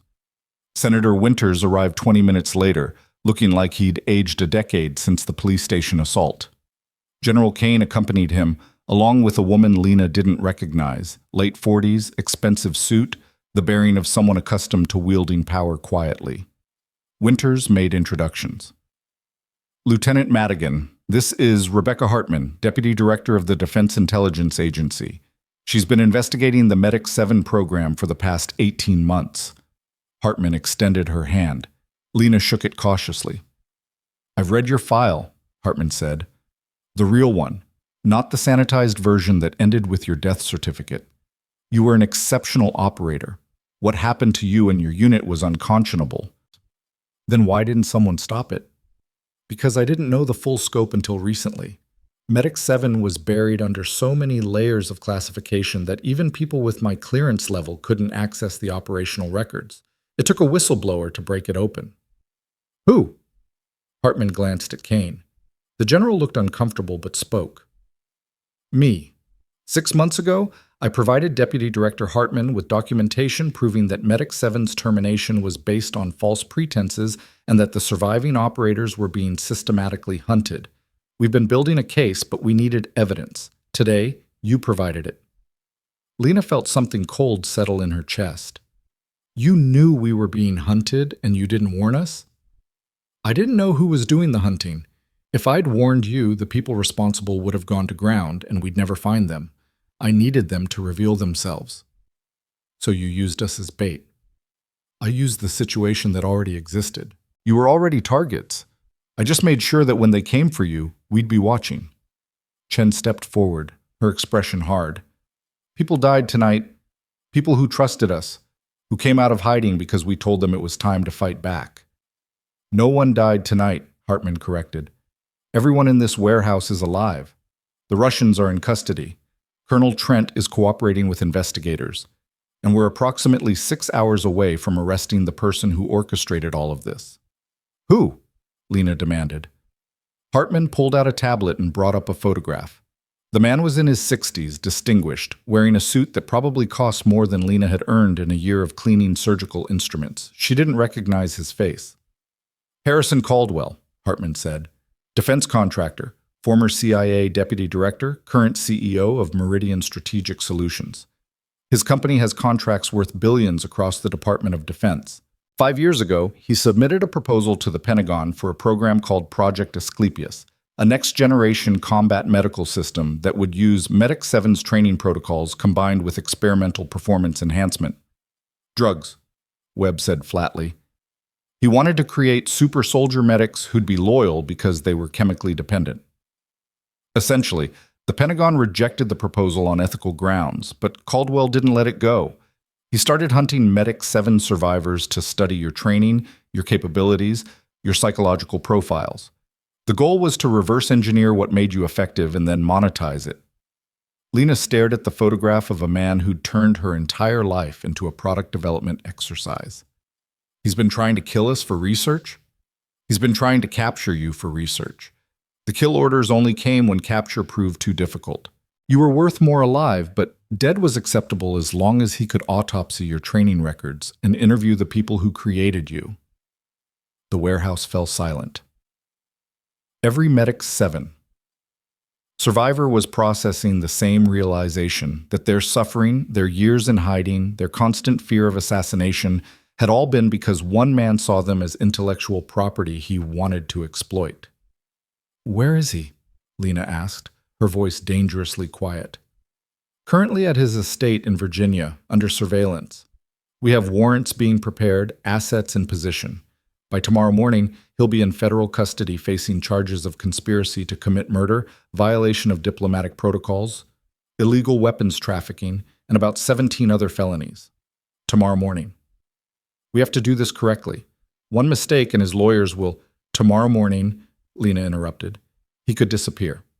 Private jets, offshore accounts, countries without extradition treaties. Men like Harrison Caldwell don't wait around for arrest warrants. Hartman's expression suggested she'd considered this problem. We have assets monitoring his movements. If he tries to run, we'll know. And if your assets miss him, they won't. Chen spoke up. With respect, Deputy Director, we've spent 6 years hiding from people who were supposed to miss us and didn't. We're not trusting our survival to someone else's surveillance operation. What are you suggesting? Lena met Hartman's eyes. We want to be there when you arrest him. We want to see him face consequences for what he did. That's not protocol. Neither was training medics to operate in war zones without support. Neither was declaring us dead to cover up a failed execution. Neither was any of this. Lena gestured to the warehouse, the wounded Russians, the chaos they'd survived. We're owed this. Winters stepped forward. Deputy Director, these people have earned the right to see this through. They've provided you with evidence, witnesses, and more than enough cause for a dozen congressional investigations. The least we can do is let them watch justice happen. Hartman considered for a long moment, then nodded slowly. Observation only. You stay back, you don't interfere, and you follow orders from the tactical team. Agreed? Agreed, Lena said. The preparation took 4 hours. Hartman coordinated with the FBI, the U.S. Marshals Service, and a tactical team from the Defense Intelligence Agency. Arrest warrants were finalized. Asset seizure orders were prepared. Diplomatic notifications were sent to minimize international blowback from the Russian operative captures. Caldwell's estate was a 40-acre compound outside Richmond, protected by private security and surveillance systems that cost more than most people's houses. The tactical plan involved simultaneous entry from 3 points, overwhelming force, and communications jamming to prevent Caldwell from alerting anyone who might help him escape. Lena rode in an armored vehicle with Chen, Webb, Kim, and 2 other Medic 7 survivors. They didn't speak much during the drive. There wasn't much to say. They were about to watch the man who'd tried to erase them face the consequences of his actions, and the anticipation was almost overwhelming. The convoy arrived at Caldwell's estate at 4 a.m. when darkness was deepest and human alertness was lowest. The tactical team moved with precision, disabling security systems, neutralizing private guards with non-lethal methods, and establishing a perimeter that would prevent any escape attempt. Lena and the other survivors waited in the command vehicle, watching through multiple camera feeds as the arrest unfolded. The tactical team breached Caldwell's mansion through the front entrance and 2 side entrances simultaneously. They cleared rooms with methodical efficiency, encountering no resistance. They found Caldwell in his study, sitting behind an antique desk, watching financial news on a wall-mounted television. He looked up when the tactical team entered, and his expression showed no surprise, no fear, just a kind of weary resignation. "I was wondering when you'd arrive," he said calmly. The team leader read him his rights. Caldwell listened without interrupting, then stood and offered his wrists for handcuffs. "I assume you have warrants?" "Multiple." "And my lawyers have been notified?" "They have." "Then let's get this theater over with." They led him outside where multiple federal vehicles waited with lights flashing. Caldwell walked with dignity as if he were heading to a business meeting rather than federal custody. He passed within 10 feet of the vehicle where Lena and the others watched, and for a moment his eyes met hers through the window. He stopped walking. The agents escorting him paused, uncertain. Caldwell stared at Lena with an expression she couldn't quite read. Then he smiled. "You must be Lieutenant Madigan, the one who started all this by saving a teenager in an emergency room. Do you have any idea how much money you've cost me?" Lena stepped out of the vehicle, ignoring Hartman's protest over the radio. She walked toward Caldwell until she stood close enough to speak without raising her voice. "You tried to turn life-saving into a commodity. You tried to weaponize compassion. That was always going to fail." "Compassion is already a weapon, Lieutenant. The difference is I was going to make it profitable. Instead, you're going to prison. Perhaps. Or perhaps my lawyers will find technical violations in your warrant. Or perhaps diplomatic pressure will result in a plea agreement that sees me retire quietly to a country club facility where I'll spend 18 months writing my memoirs. That's how the world works at my level." "Not this time." Caldwell's smile widened. "You still believe in justice. How quaint. You were literally declared dead by your own government, hunted by foreign intelligence services, and forced to hide for 6 years. And yet you still think the system will deliver fairness. That's either admirable or delusional." Lena leaned closer, her voice dropping to a whisper only Caldwell could hear. "The difference between us is that I've seen what happens when the system fails. I've operated in places where justice is something you create yourself, where consequences are delivered by people who refuse to accept injustice. You built your fortune assuming you were untouchable. But tonight, you learned that some people can't be bought, can't be intimidated, and won't stay buried no matter how deep you dig the grave." For the first time, something flickered in Caldwell's expression. Not fear, exactly, but uncertainty. The agents led him away, loading him into a federal vehicle that departed with full escort. Hartman emerged from the command vehicle, her expression severe. "I told you to observe only." "I did observe." "I observed a man who destroyed lives for profit face the reality that he'd failed. That was personal. It was necessary." Hartman studied Lena for a moment. Then something in her expression softened. "The recording you made of the Russian assault team included a conversation between their team leader and someone he called the architect. Our analysts ran voice recognition. It matches Harrison Caldwell's voice print. That conversation, combined with the documentation General Kane provided and testimony from Colonel Trent, gives us enough evidence to put Caldwell away for the rest of his natural life. No plea deals, no technical violations, just consequences." Lena felt something in her chest loosen slightly. "How long before trial?" 6 months, maybe 8, but he's being held without bail. Flight risk, danger to witnesses, national security implications. He's not going anywhere. The sun was beginning to rise over Caldwell's estate, painting the sky in shades of orange and gold. Lena watched it climb above the horizon, marking the end of a night that had transformed everything. She was no longer invisible, no longer hiding, and neither were the people she'd served with. Chen joined her, followed by Webb, Kim, and the others. They stood together in silence, watching the dawn break over a world that had finally acknowledged they existed. "What happens now?" Chen asked. "We testify," Lena said. "We make sure everyone knows what was done to us and why. We make sure Medic 7's real legacy isn't buried with Caldwell's crimes." "And after that?" Lena thought about the question, about what came after justice, after exposure, after the system finally worked the way it was supposed to. She thought about Dr. Harrow, who she'd saved despite his contempt, about the teenager whose life had started this entire chain of events, about the quiet satisfaction of knowing she'd made a difference when it mattered most. "After that," she said slowly, "we decide who we want to become when we're not running anymore." The answer felt insufficient, even as she said it. But it was the truth. They had spent 6 years being ghosts. Now they had to learn how to be human again. Agent Vance approached, looking exhausted but satisfied. "Deputy Director Hartman wants you all back in D.C. for debriefing. Also, there are approximately 17 news organizations requesting interviews. Apparently the story of military medics who were declared dead and then stopped an international assassination conspiracy is generating significant public interest." "We're not doing interviews," Webb said firmly. "That might not be your decision.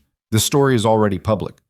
Senator Winters held a press conference an hour ago announcing a full congressional investigation into the Medic 7 program and the illegal activities that led to its termination. Lena's phone buzzed. Not the burner. That had been confiscated as evidence. Her personal phone, the one registered to Lena Cross, the identity she'd built to stay invisible. A text message from an unknown number. "Turn on the news." She borrowed a tablet from one of the federal agents and pulled up a major news network. The headline dominated the screen. "Shadow Soldiers. Secret Military Medical Unit survives assassination attempts. Exposes defense. Contractor conspiracy." The report included footage from the hospital, grainy security camera video showing Lena performing the needle decompression on the teenager, more footage from the police station assault, interviews with witnesses, and a statement from Senator Winters describing Medic 7 as American heroes who were betrayed by the very system they served. Chen watched over Lena's shoulder. "So much for staying invisible." "Maybe invisibility was never the answer," Lena said quietly. Her phone buzzed again. Another message. "Dr. Harrow requests meeting, says he owes you an apology. Graymont Regional, tomorrow, 10 a.m. Your choice." Lena stared at the message for a long moment, then typed a reply. "I'll be there." Because the story wasn't finished. Justice for Caldwell was one thing, but there were still conversations that needed to happen, still pieces of her life that required resolution. Dr. Harrow had dismissed her, humiliated her, had her fired, and then she'd saved his life anyway, because that was who she was, someone who helped even when it wasn't deserved. Now he wanted to apologize, and despite everything, despite 6 years of hiding and running and surviving, Lena discovered she wanted to hear what he had to say. Not for him, for herself. Because closure mattered, even when justice had already been served. The federal convoy prepared to depart, taking them back to D.C. for debriefings and testimony and the slow process of legal consequences. But as Lena climbed into the vehicle, her phone buzzed one final time. Unknown number, different from the previous messages. The text contained only 3 words and a location. They're still coming, midnight, Pier 9. Lena stared at the message until the screen went dark. The threat was clear, immediate, and impossibly timed. Someone knew she'd survived everything Caldwell had thrown at her and was making one final move before federal protection could lock her away in safe houses and congressional hearings. She showed the message to Hartman. The deputy director's expression hardened. This could be a trap. It's definitely a trap. Then you're not going. I didn't say that. Hartman's jaw tightened. Lieutenant, in approximately 6 hours, you're scheduled to provide testimony that will dismantle a multi-billion-dollar criminal conspiracy. You are the cornerstone of this entire prosecution. If something happens to you, then prosecute them anyway. You have recordings, witnesses, Trent's cooperation, the Russian operatives. You don't need me. We need you alive. Chen stepped forward. She won't be going alone. Webb nodded. Whoever sent that message wants her isolated and vulnerable. Let's give them the opposite. Hartman looked between them, recognizing the futility of arguing with people who'd spent 6 years surviving impossible situations. Fine, but you take a full tactical support team, you maintain constant communication, and at the first sign this goes sideways, you extract immediately. Understood? Understood, Lena said, though they both knew she was lying. The federal convoy dropped them at a secure facility in D.C. where they were supposed to rest, prepare for testimony, and remain under protective custody. Instead, Lena spent the morning coordinating with Chen and the other Medic 7 survivors, planning an operation that would either eliminate the final threat against them or get them all killed. At 9:30, she left the facility through a service entrance, bypassing federal protection with techniques she'd learned in places where staying undetected meant staying alive. A taxi took her to Graymont Regional Medical Center, where Dr. Vincent Harrow was waiting in the same ER where everything had started 36 hours earlier. The department looked different in daylight, cleaned and reorganized after the attack. New security checkpoints had been installed. Armed guards stood at every entrance. The hospital administration had learned the cost of vulnerability. Harrow waited in a small consultation room, looking diminished somehow. The arrogance that had defined him was gone, replaced by something that resembled humility. He stood when Lena entered. Thank you for coming. I wasn't sure you would. Lena sat down across from him. You said you owed me an apology. I owe you considerably more than that. Harrow's hands trembled slightly. I've been an emergency physician for 23 years. I've prided myself on making life or death decisions under pressure, on being the person others look to when situations become critical. And then you, a technician I barely acknowledged, diagnosed a tension pneumothorax I missed, and saved a patient who would have died under my care. My first instinct wasn't gratitude, it was rage, because you made me look incompetent. You weren't incompetent. You were focused on the wrong injury. It happens. Not to me, or so I believed. He met her eyes. I had you fired, arrested, threatened with felony charges, all because my ego couldn't handle being wrong. And then, when armed men took me hostage and held a gun to my head, you saved my life anyway. Why? Lena considered the question. Because that's what I was trained to do. Save lives, even when they don't deserve it. Especially when they don't deserve it, apparently. Harrow reached into his jacket and pulled out an envelope. This is my resignation from Graymont Regional. I've also withdrawn my complaint against you and submitted a formal recommendation to the medical board that you be evaluated for admission to an accelerated medical program. Your practical knowledge exceeds that of most residents. With formal education, you could be... I don't want to be a doctor. Harrow looked startled. But your skills? My skills were developed to operate in war zones without support or supervision. They're not appropriate for civilian medicine. That's not true. What you did for that teenager, the precision, the confidence, that's exactly what emergency medicine needs. Lena stood. Dr. Harrow, I appreciate the apology, but I didn't come here for career advice or validation from someone who spent years pretending I didn't exist. I came here because closure matters, and because you needed to understand that what you did had consequences. You learned humility the hard way. Don't waste the lesson." She turned to leave, but Harrow's voice stopped her. "What will you do now?" "Something that matters." She left the hospital without looking back. A car was waiting outside, Chen driving, Webb in the passenger seat, Kim in the back. They'd been monitoring the meeting remotely, ready to intervene if Harrow had tried anything beyond an apology. "How'd it go?" Chen asked as Lena climbed in. "He offered me a recommendation to medical school." Webb laughed without humor. "After having you arrested, the audacity." "He meant well." "That doesn't make it less insulting." They drove across the city to Pier 9, arriving 6 hours before the threatened midnight meeting. The location was industrial, abandoned, perfect for an ambush. Shipping containers stacked in geometric patterns. Cranes looming like skeletal giants. The smell of salt water and diesel fuel. The Medic 7 survivors spent those 6 hours preparing. They scouted every approach, identified every potential firing position, established rally points and escape routes. Hartman had insisted on tactical support, so a federal team was positioned half a mile away, ready to respond but far enough that they wouldn't interfere with whatever confrontation was coming. As midnight approached, Lena stood at the end of Pier 9, watching moonlight reflect off black water. Chen and the others were hidden in positions that provided overlapping fields of fire and multiple intervention angles. If this was a trap, they turned it into a counter-ambush. At exactly midnight, a figure emerged from between shipping containers, not armed operators, not tactical teams. A single person, walking slowly, hands visible. As the figure drew closer, Lena recognized her. Special Agent Sarah Vance. Lena's hand moved to her sidearm. "You sent the message." "I did." Vance stopped 20 feet away, maintaining distance. "And before you draw that weapon, you should know I'm here alone and unarmed. I just need to talk."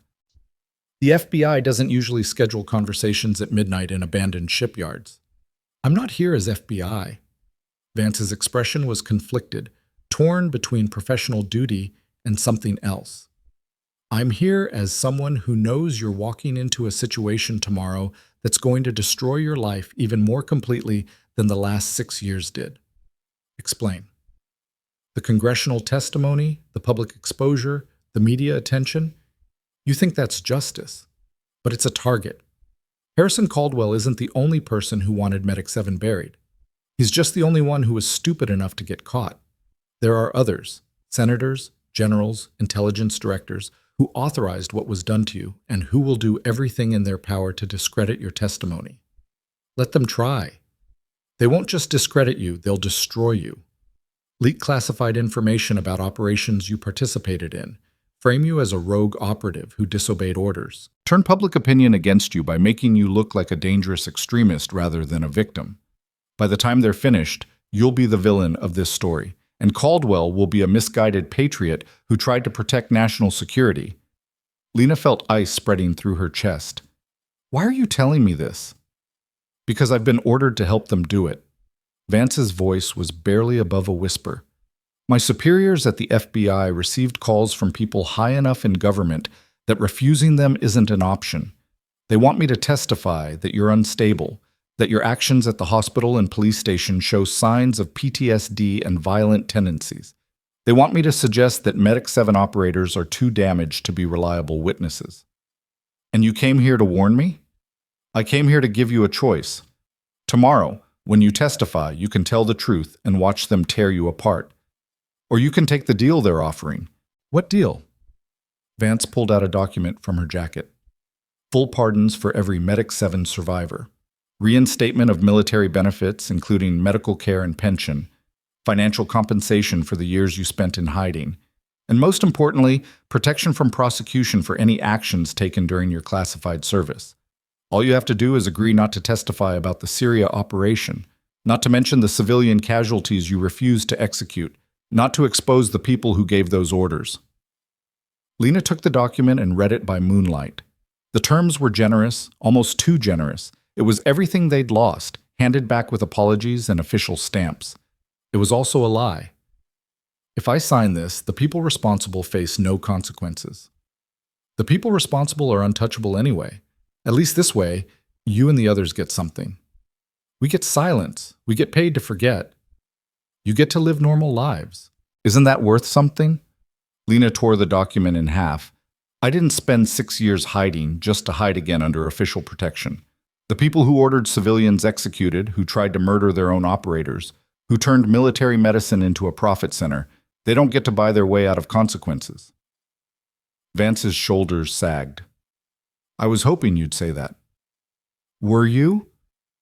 I was ordered to make the offer. I was also hoping you'd refuse it because what they did to you was unconscionable, and someone needs to stand up and say that publicly. Vance stepped closer, her voice urgent now. But you need to understand what you're choosing. They will come after you with everything they have.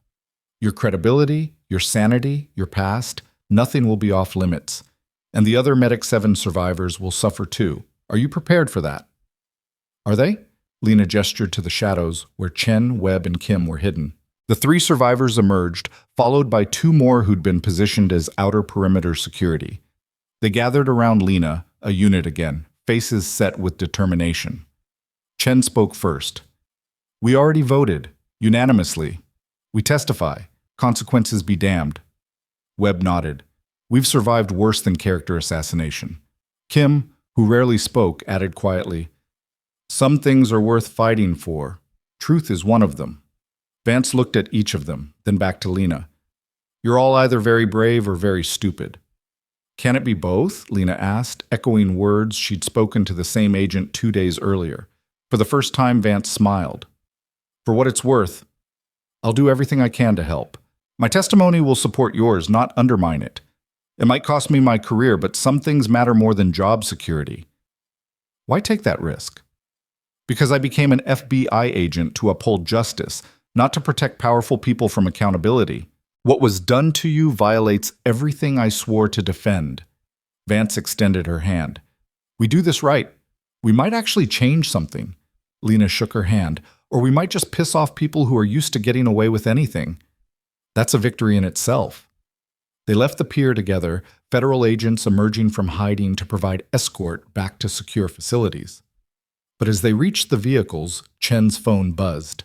She checked it, and her expression went dark. We have a problem. Senator Winters just collapsed during a press briefing. He's at Georgetown University Hospital. Initial reports suggest poisoning. The convoy rerouted immediately, sirens wailing as they raced across the city. Lena's mind was already working through possibilities. Winters had been their most powerful ally, the one person in government willing to publicly champion Medic 7's cause. If he died before testifying, it would eliminate crucial evidence and send a clear message to anyone else considering cooperation. They reached Georgetown's ER to find it locked down under heavy security. General Kane met them at the entrance, his face gray with shock and grief. He's in critical condition, multiple organ failure. The doctors are running toxicology screens, but it's looking like a sophisticated poisoning agent. Something that mimics natural causes but acts fast enough that he won't survive to testify tomorrow. Where is he? Lena demanded. ICU, 4th floor, but they're not allowing visitors. Only medical staff. Lena pushed past him. I am medical staff. She flashed credentials she no longer officially possessed at security checkpoints, using confidence and authority to bypass protocols. Chen and Webb followed, creating enough confusion that guards couldn't coordinate an effective response. By the time hospital administration realized what was happening, they'd reached the ICU. Winters was in an isolation room, hooked to machines that monitored every vital function. His skin had a yellowish tint. His breathing was labored even with oxygen support. The attending physician, a young intensivist who looked overwhelmed, was reviewing lab results with increasing desperation. Who are you? The doctor asked as Lena entered. Someone who's seen this kind of poisoning before. Lena studied the monitor readings, the lab values, the progression of symptoms. Her Medic 7 training included extensive work with exotic toxins used by intelligence services. Ricin variant, modified for faster onset and harder detection, probably administered 8 to 12 hours ago. The intensivist's eyes widened. That's impossible. Ricin doesn't present like this. The timeline doesn't match. The symptoms, Standard ricin doesn't. But if you modify the protein structure and combine it with an accelerant, you can compress a 72-hour death into 24 hours. Lena turned to Chen. We need activated charcoal, high-dose steroids, plasmapheresis equipment, and someone who can run a blood filtration protocol that isn't in any textbook. Chen was already moving, coordinating with hospital pharmacy and gathering supplies. The intensivist looked between them, caught between medical protocol and the reality that conventional treatment wasn't working. If you're wrong, if this isn't what you think it is, then he dies anyway, Lena said bluntly. Your current treatment plan isn't working. My plan might. Do you want to save him, or do you want to cover your liability? The intensivist made a decision that probably violated hospital policy and medical ethics. What do you need me to do? For the next 6 hours, Lena directed a treatment protocol that combined military toxicology with cutting-edge medical technology. They filtered Winter's blood through specialized membranes, removing the toxin molecule by molecule. They administered compounds that bound to ricin and neutralized it. They supported his failing organs with medications that bought time for his body to recover. It was brutal, experimental, and completely unauthorized. It was also working. By dawn, Winters' vital signs had stabilized. His organ function was improving. The yellow tint was fading from his skin. He was still critical, still in danger, but no longer actively dying. The intensivist stared at the monitor readings with an expression approaching awe. This shouldn't have worked. But it did, Lena said. How did you know? How could you possibly know how to treat a toxin that isn't even in medical literature?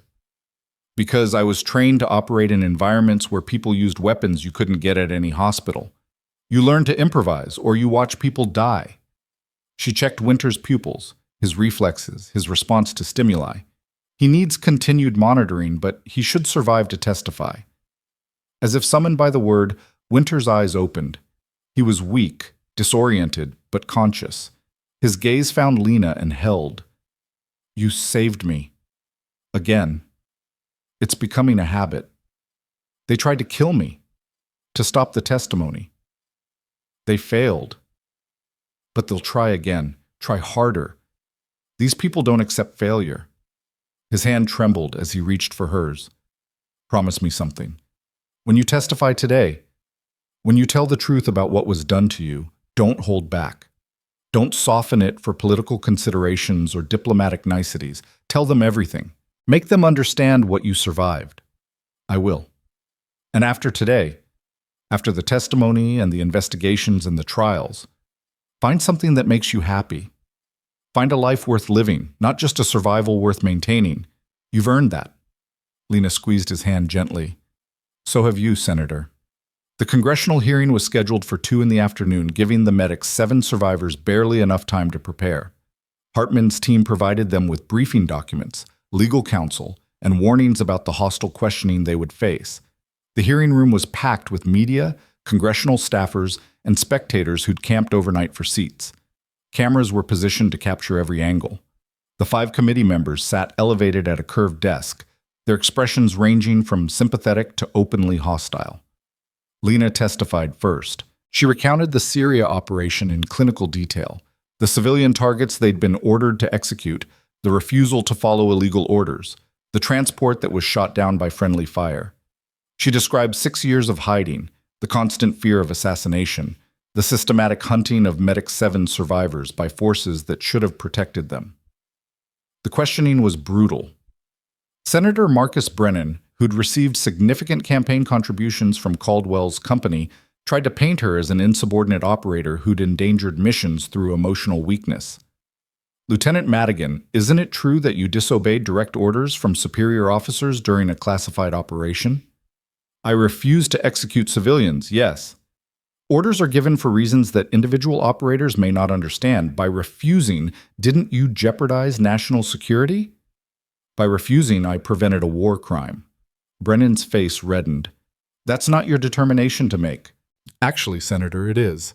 The Uniform Code of Military Justice requires service members to disobey unlawful orders.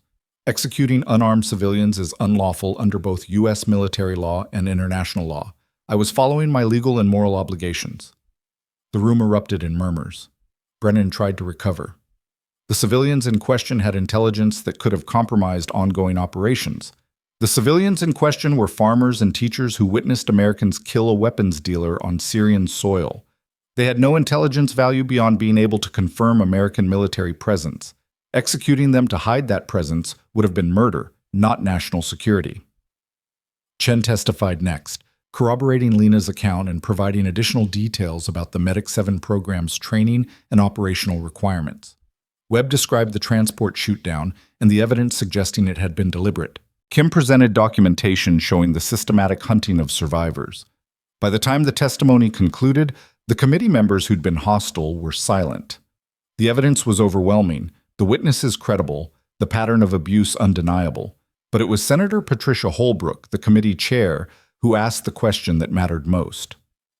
Lieutenant Madigan, if you could say anything to the people who ordered these actions, who tried to have you killed, who spent 6 years hunting you, what would it be? Lena stood, looking directly into the cameras that would broadcast this moment across the country. I would tell them that they failed. They tried to turn medicine into a weapon, and we refused. They tried to make us complicit in war crimes, and we refused. They tried to erase us, and we survived. And now, standing here telling the truth about what they did, we're proving that some things can't be buried, no matter how much power you have or how many resources you deploy. Justice might be slow, it might be difficult, but it's inevitable for people who value profit over principles and power over human life. The hearing room remained silent for several seconds after she finished. Then someone in the back started clapping. Others joined. Within moments, the room erupted in applause that the committee chair had to gavel into submission. The testimony aired on every major news network. Social media exploded with support for Medic 7 and outrage over the government's actions. Within 48 hours, 3 additional senators joined the investigation committee. The Pentagon announced a comprehensive review of all black operations programs. The Secretary of Defense submitted his resignation. Harrison Caldwell's lawyers tried to negotiate a plea deal. The Justice Department refused. His trial was scheduled for 6 months out, and every legal expert agreed that conviction was virtually certain. Colonel Marcus Trent, facing his own prosecution, provided evidence that implicated 17 additional individuals in the conspiracy. Asset seizures began. Arrests followed. The entire network of corruption that had sustained the illegal operations began to collapse under the weight of public scrutiny and legal accountability. 2 weeks after the congressional testimony, Lena returned to Graymont Regional Medical Center one final time. Not to see Dr. Harrow, who had resigned as promised, but to visit the teenager whose life she'd saved, the patient whose blue lips and collapsing lung had started this entire chain of events. His name was David Morrison. He was 17, an aspiring engineer, and he'd been released from the hospital 3 days after his initial admission. When Lena walked into his room during follow-up care, his eyes went wide with recognition. You're her, the tech who saved me. I'm the person who was in the right place at the right time. The doctors said I would have died if you hadn't acted. They said what you did was impossible for someone without medical training. He paused. But you do have training, don't you? I saw the news. You're one of those Medic 7 people. I was. Now I'm just someone trying to figure out what comes next. David studied her for a moment. Can I ask you something? When you helped me, when you went against the rules and saved my life, did you know it would lead to all of this? The investigations, the testimony, everything. No. Would you have done it anyway, if you'd known? Lena considered the question carefully. The last 2 weeks had been chaos, media attention, federal protection, legal proceedings, and constant scrutiny. She'd lost her anonymity, her quiet life, her invisibility. But she'd gained something too. Purpose, vindication, the satisfaction of watching corruption face consequences. Yes, she said finally, I would have done it anyway, because some things matter more than convenience or safety. Saving lives, telling the truth, refusing to accept injustice. Those things are worth whatever price they demand. David smiled. Then I'm glad you were there that day, and I'm glad you didn't stay quiet. After leaving the hospital, Lena met with the other Medic 7 survivors at a restaurant in downtown Ashford City. They'd chosen a public place deliberately, refusing to hide anymore. Chen, Webb, Kim, and 3 others whose testimony had been crucial to the investigation. They ordered food they didn't eat and talked about futures that were suddenly possible. Chen was considering returning to active duty, but in a teaching capacity, training the next generation of military medics with ethics and humanity as core principles. Webb had been offered a position with a veterans advocacy organization. Kim was writing a book about their experiences. "What about you?" Chen asked Lena. "Medical school, private sector, teaching?" Lena had been thinking about this question since her conversation with Dr. Harrow. The answer had crystallized during her testimony, when she described Medic 7's mission and realized that the mission itself had never been wrong, only the people who'd tried to corrupt it. "I'm going to create something new. A program that trains medical professionals to operate in crisis situations, natural disasters, humanitarian emergencies, conflict zones, with the same level of tactical and medical skill we had, but with oversight, ethics, and transparency. No black operations, no classified missions, just people helping people in the worst situations imaginable." Webb raised his water glass. "That's ambitious." "So was Medic 7 originally, before it got corrupted. You'll need funding, institutional support, partnerships with medical schools, and military organizations. I'll need a team." Lena looked at each of them. People who understand what we created and what we can build from its ashes. Interested?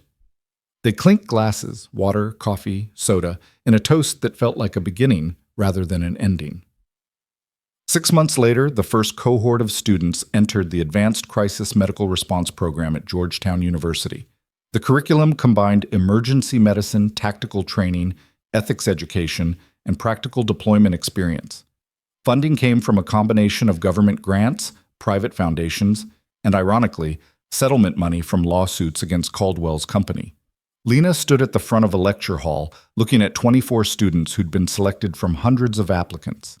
Military veterans, emergency room physicians, paramedics, nurses, all of them driven by the same desire to help people in impossible situations. "Welcome," she said. "Over the next 2 years, you're going to learn skills that most medical professionals never encounter. You'll learn to perform surgery in darkness, to manage mass casualties with limited resources, to make life or death decisions under pressure that would paralyze most people. But before we begin any of that training, I need you to understand something fundamental.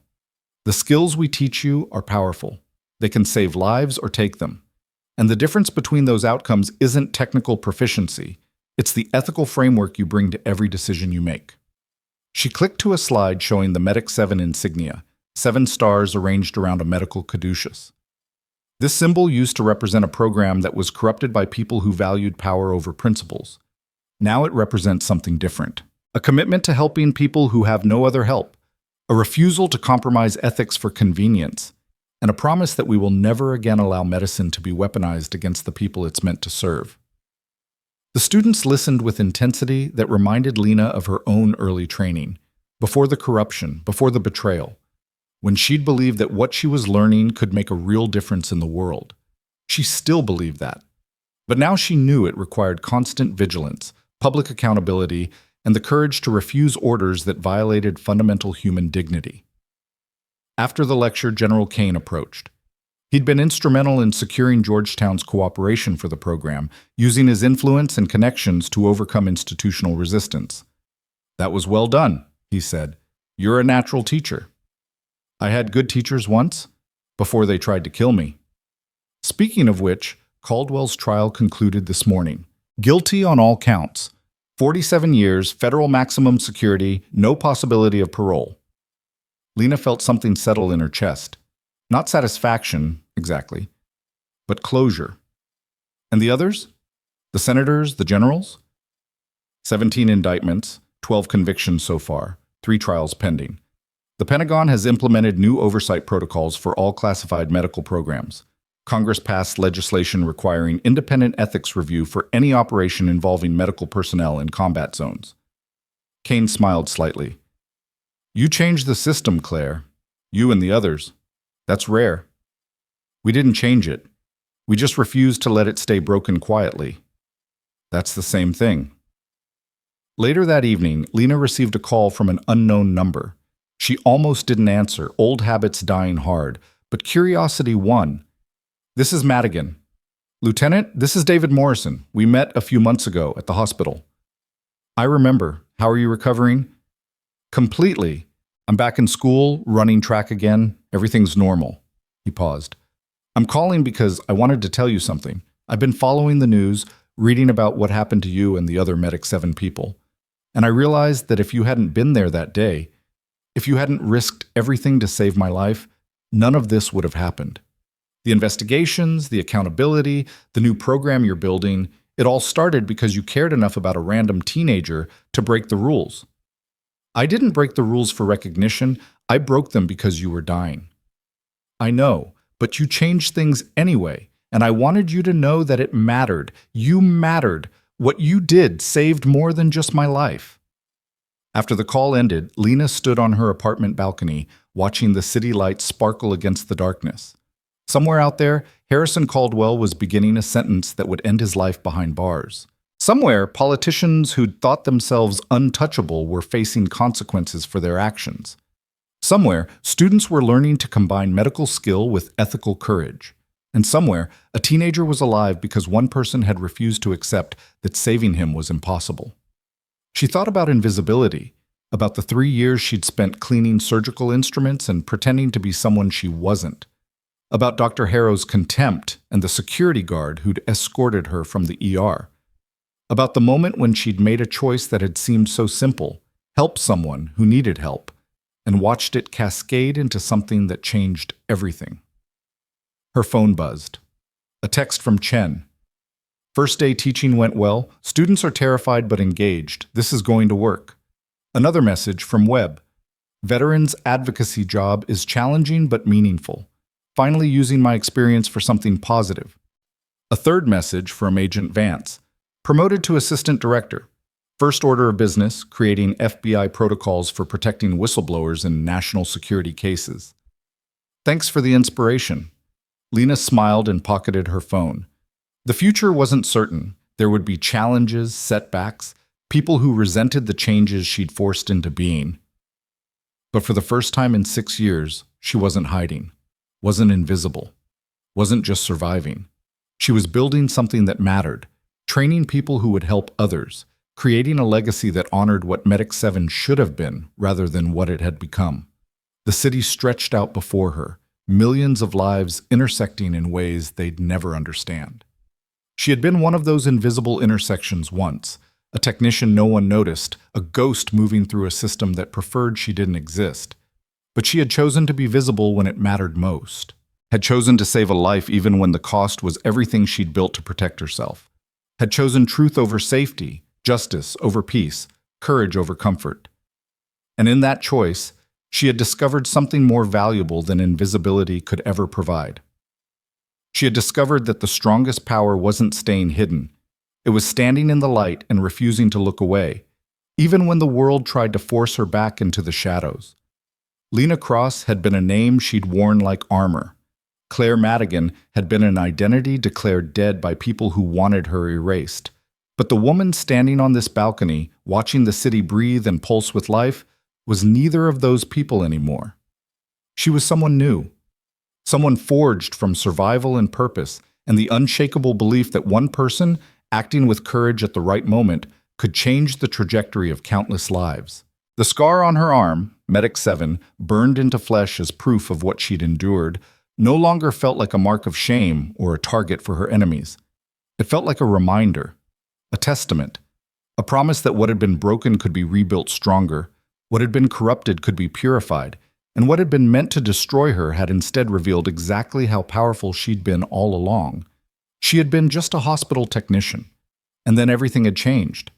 Not because she was extraordinary, though her skills certainly were, but because she had refused to let injustice be invisible, had refused to accept that power always won, had refused to believe that the system was too broken to fix.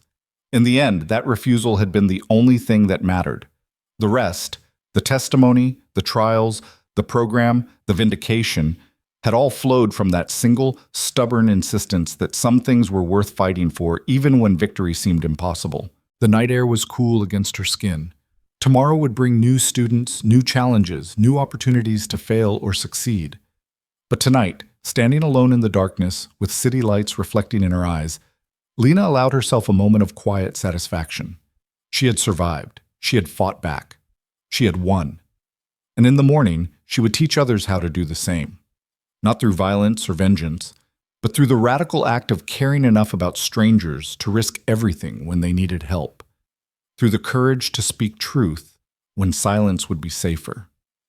Through the stubborn refusal to accept that justice was a luxury only the powerful could afford. She had been invisible once, but she had chosen to be seen, and that choice had proven that sometimes the most dangerous thing in the world wasn't a weapon or a warrior or a conspiracy. It was a single person who refused to hide when everyone expected them to disappear.